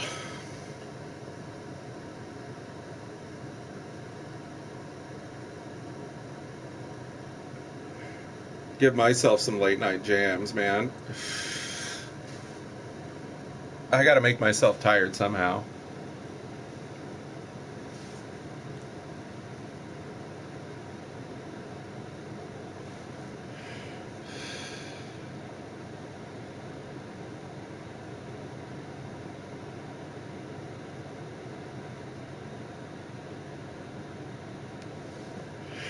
Yep. I don't like shooting games, but maybe it's because I'm a girl. That could be it. There's lots of girls that do play shooters. My daughter's pretty good at them. My daughter can play shooters to some extent. Yeah, I'm not tired either. I need to wake up at 6:30. Oh, jeez. The medic is that class that everyone loves but no one wants to be. Assault is that 5-year-old kid that just got done playing Call of Duty. Yeah, definitely. But only move up every once in a while, or the scouts that just sit on the back of the map all day not helping their team. Well, those would be definitely typical types of players. If I'm assault, I'm definitely going to be on the flag and going for the cap. And really, with scout, I like to play run and gun scout. I try not to do the camping thing. In my opinion, if you're doing that with scout class, you're pretty dead in the water. I mean, you're sitting duck. And if I'm playing scouts, the people that are playing like that are the kind of scouts that I'm like looking for, because they'll be laying down and like focused or doing whatever they're doing, and I mean they won't even see you right in front of them. So really, like especially like that makes something like the Martini Henry really useful because it's great at medium range. So if you keep yourself like moving and at a decent range, you're going to be pretty successful. But camping is just not the way to go, man. No camping. It's not going to work out for you. You can camp in a corner, get yourself your shotgun kill or whatever, but I enjoy playing the medic class, but I just wish it had more guns that I liked. I don't always like the medic class guns. You got the Mondragon, you've got the sweeper and stuff like that. But the medic, your weapons are just not as effective as some of the other classes. So, and if you use the RPG grenades as medic, you get a little advantage to your kills, but then you can't have like the medicine crate or something like that.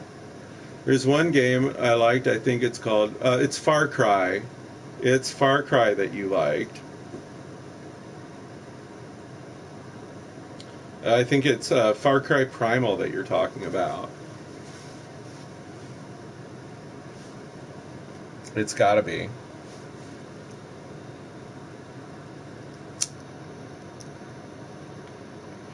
Yeah, those games are cool. The Far Cry games are cool.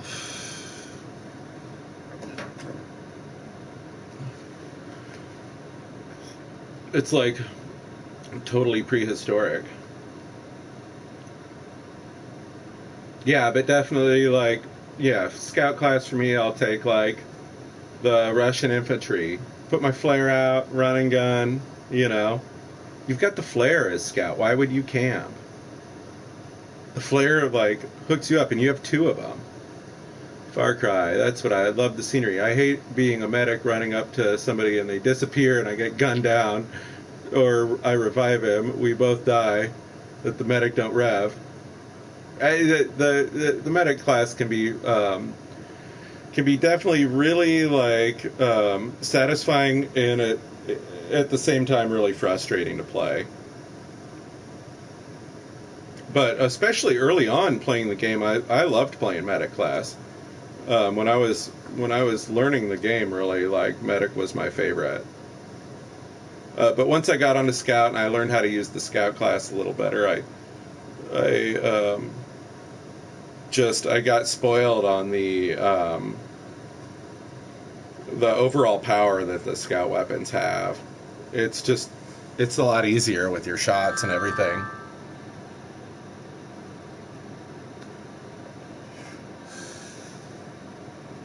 Arnsky 3 friend request received. Arnsky 3, I will definitely accept your friend request when I'm done with stream. I'm not gonna pick it up while I'm streaming, just because it interrupts. But thank you, and I'll pick it up later for sure.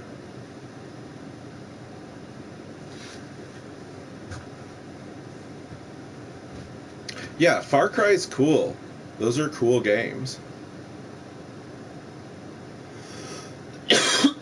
Totally awesome. I don't have any of them. Here's the game I got today. Here's what I bought today. Oh, I got this yesterday. Blood Bowl. The medic weapons are strong, but they don't shoot as fast as support, and it's not very accurate. That's why I like the medic. Support class got a lot better. When the game first came out, support class was not great, but they fixed it. You do need a PS4. You do need a PS4. Yes, and you are correct. The medic is between. It's a good medium, healthy medium between assault and scout. You've got a little more range. And there's weapons for assault now that give you a little more range. You've got the ribby rolls, and you've got, like, if you've got that Hellregal defensive and you lay down and you've got the tripod going, it's a terror. But definitely better used when prone. The Hellregal defensive is like having an LMG for the class, and the ribby rolls gives you a little bit of range.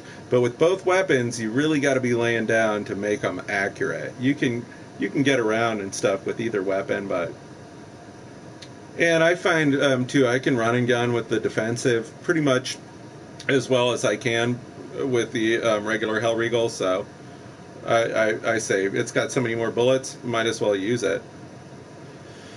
Yeah, Jess, you'd really enjoy a PS4. You got to treat yourself at some point in time and get one when you've got some money. You'd love it. Having a PS4 is optimal, I would say. I'm all about it, but I just think Sony makes good products in general. Sony used to make really good music products, and so I've definitely been brand loyal to Sony for a long time, and that's not something that I don't really. Not really a brand loyal kind of person. So.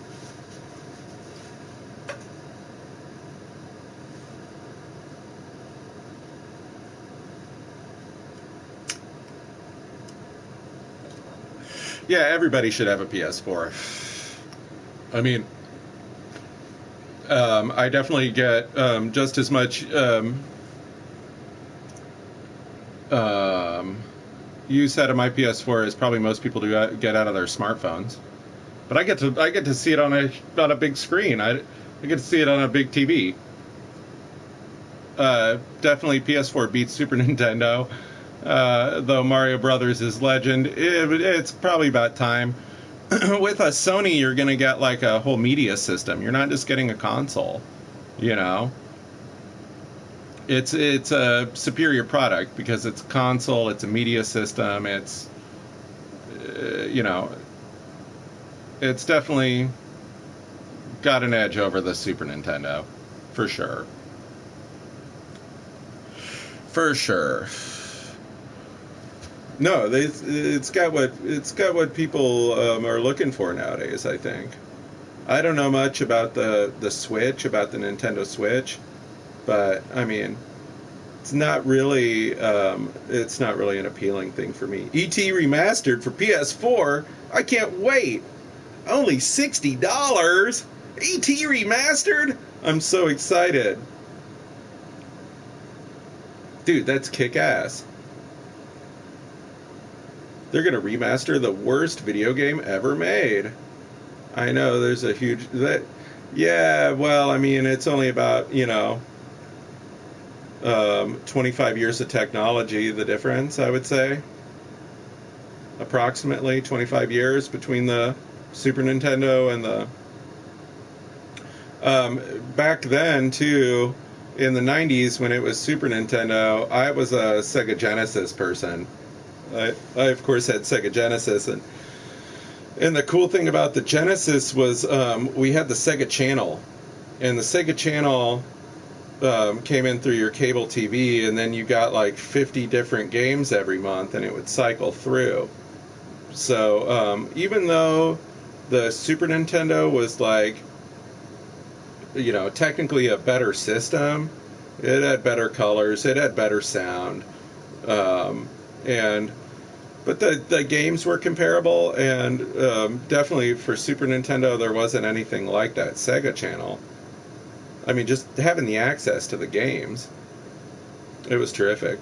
Yeah, Sega Genesis, I loved. And then Sega came out with the 32X, and the 32X was supposed to extend the life of the system. And so then Sega paid extra for every month. But it was better than going out to rent games. You would rent games, you'd forget to return them, you'd get a late fee, things like that. So Sega was definitely ahead of the curve with the Sega Channel. But then it was the 32X, and the 32X allowed you to play Doom. But of course, without without having that, you could play Doom on the Super Nintendo. But I think the Sega 32X version was better. Version of Doom 95. But honestly, it really doesn't matter what version of Doom you're playing. If you're playing Doom, you're probably going to be having a pretty good time. That's what I would say. Uh-oh. Uh-oh. Hey, Pock. How you doing? What's up, honey? Hey, honey bunny. I've got an interloper. I'm being encroached on here. I remember when Super Nintendo games cost $30-$40 a piece. It was crazy. So the Sega Channel was definitely a cool thing to have.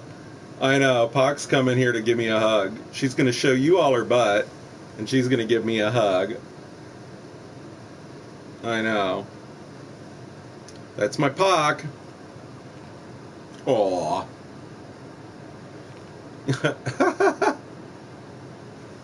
Show them your face, kitty.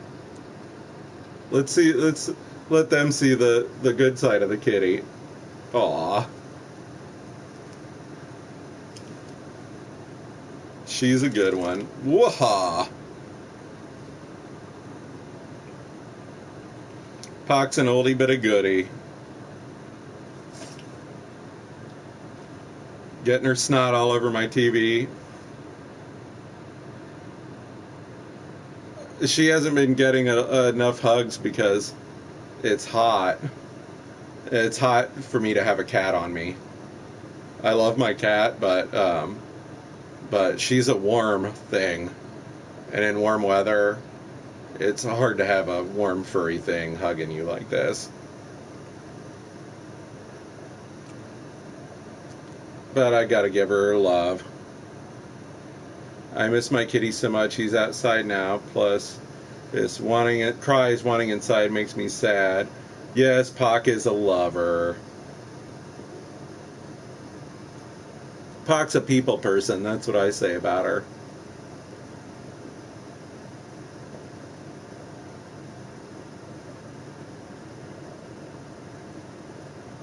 She just woke up and wanted a hug.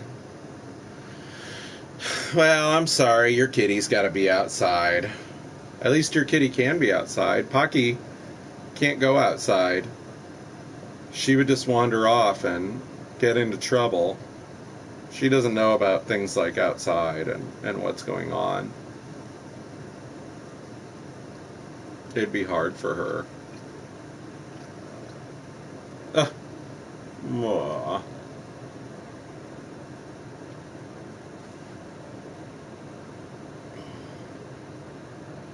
Yeah, Pocky just doesn't have the outside cat skills. I used to try when she was a little kitty, but she'd wander off and she wouldn't come back. It was like she couldn't remember where her home was.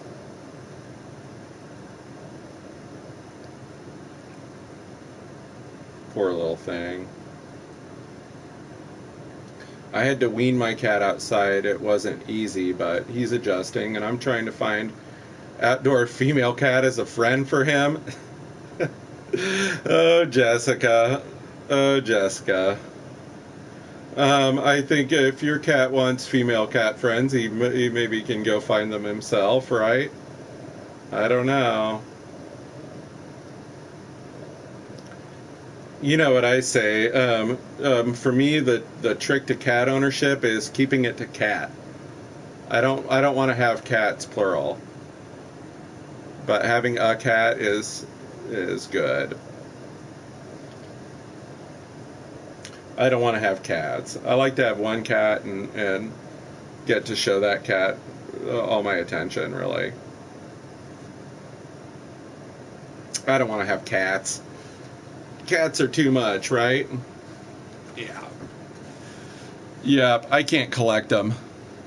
I can't collect them. They're living, breathing things. I try not to collect them. Oh, okay. Oh, well. He's fine, Jessica. Cats are like, really, they like to be on their own and have their own space. They'll colonize, but cats are happy when they're flying solo. It was a cat colony. That's crazy. That shit is crazy. Yeah, I can't do cats, but I live in town. I don't have, you know, I don't have room at my apartment for a cat colony.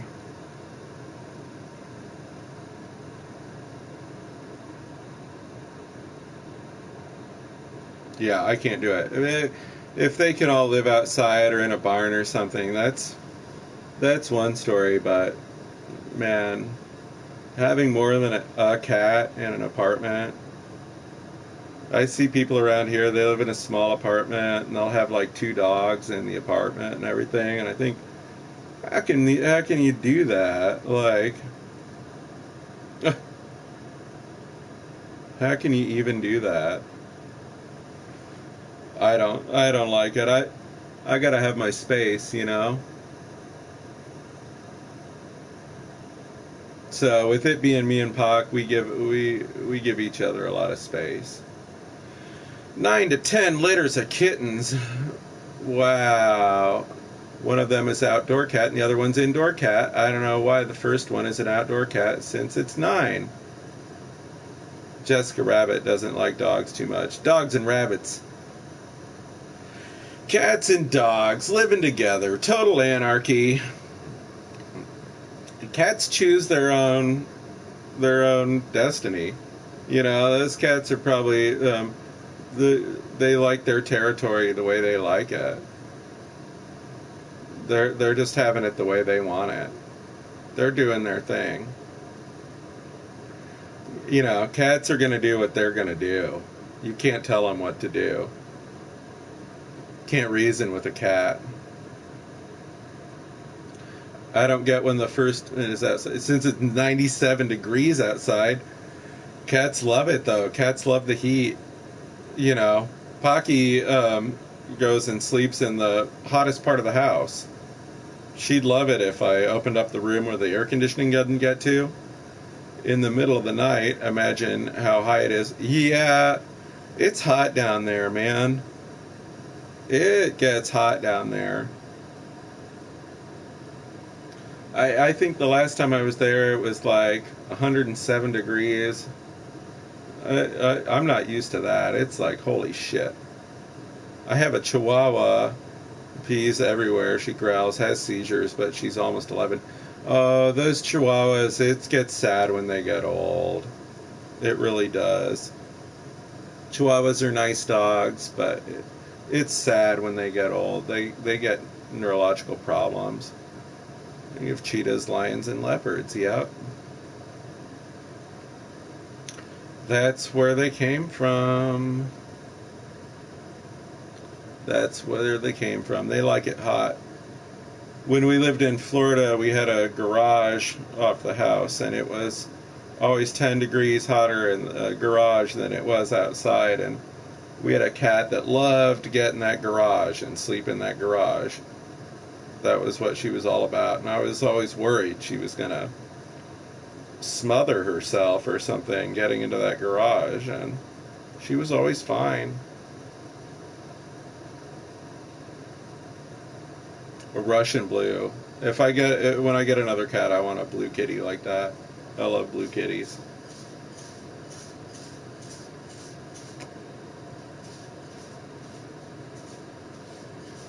And I would say it's all cats and dogs. It's all personal preference. It's all what you like. Yeah, different people are looking for different things out of their companion animals, you know.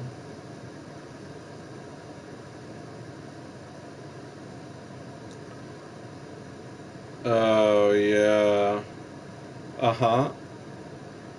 Oh, yeah, you like orange kitties, don't you? You like orange cats. I like orange cats, but I think I want a blue one. I always get the black and whites. Cats are smarter. I can't take care of their own for the most part, but dogs are more loyal. Yeah, dogs have a little more of a companion-like attachment to humans, you know. And dogs understand commands and communicate better with humans. You know, we're linked with them.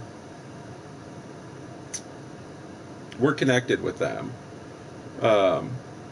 Cats are kind of, cats just want us to take care of them. But in turn, cats do perform a lot of services that people don't really think about all the time. I mean, cats help control vermin and even insects, really. It just depends on how active the cat is, what kind of hunter it is.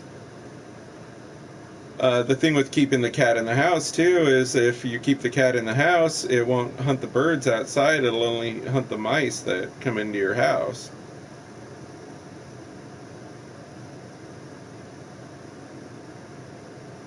If mice are coming into your house.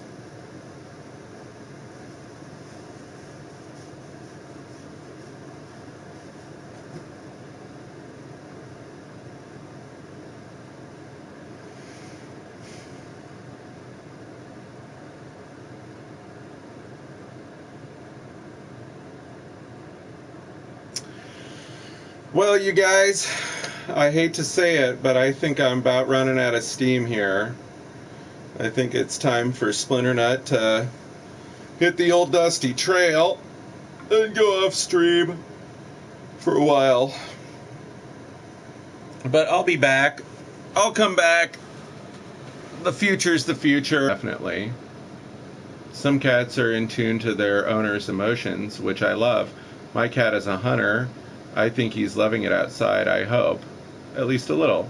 I'm sure he does. I'm sure he really does. There's nothing not to like. Hey, peace, Jessica Rabbit. Hugs to you.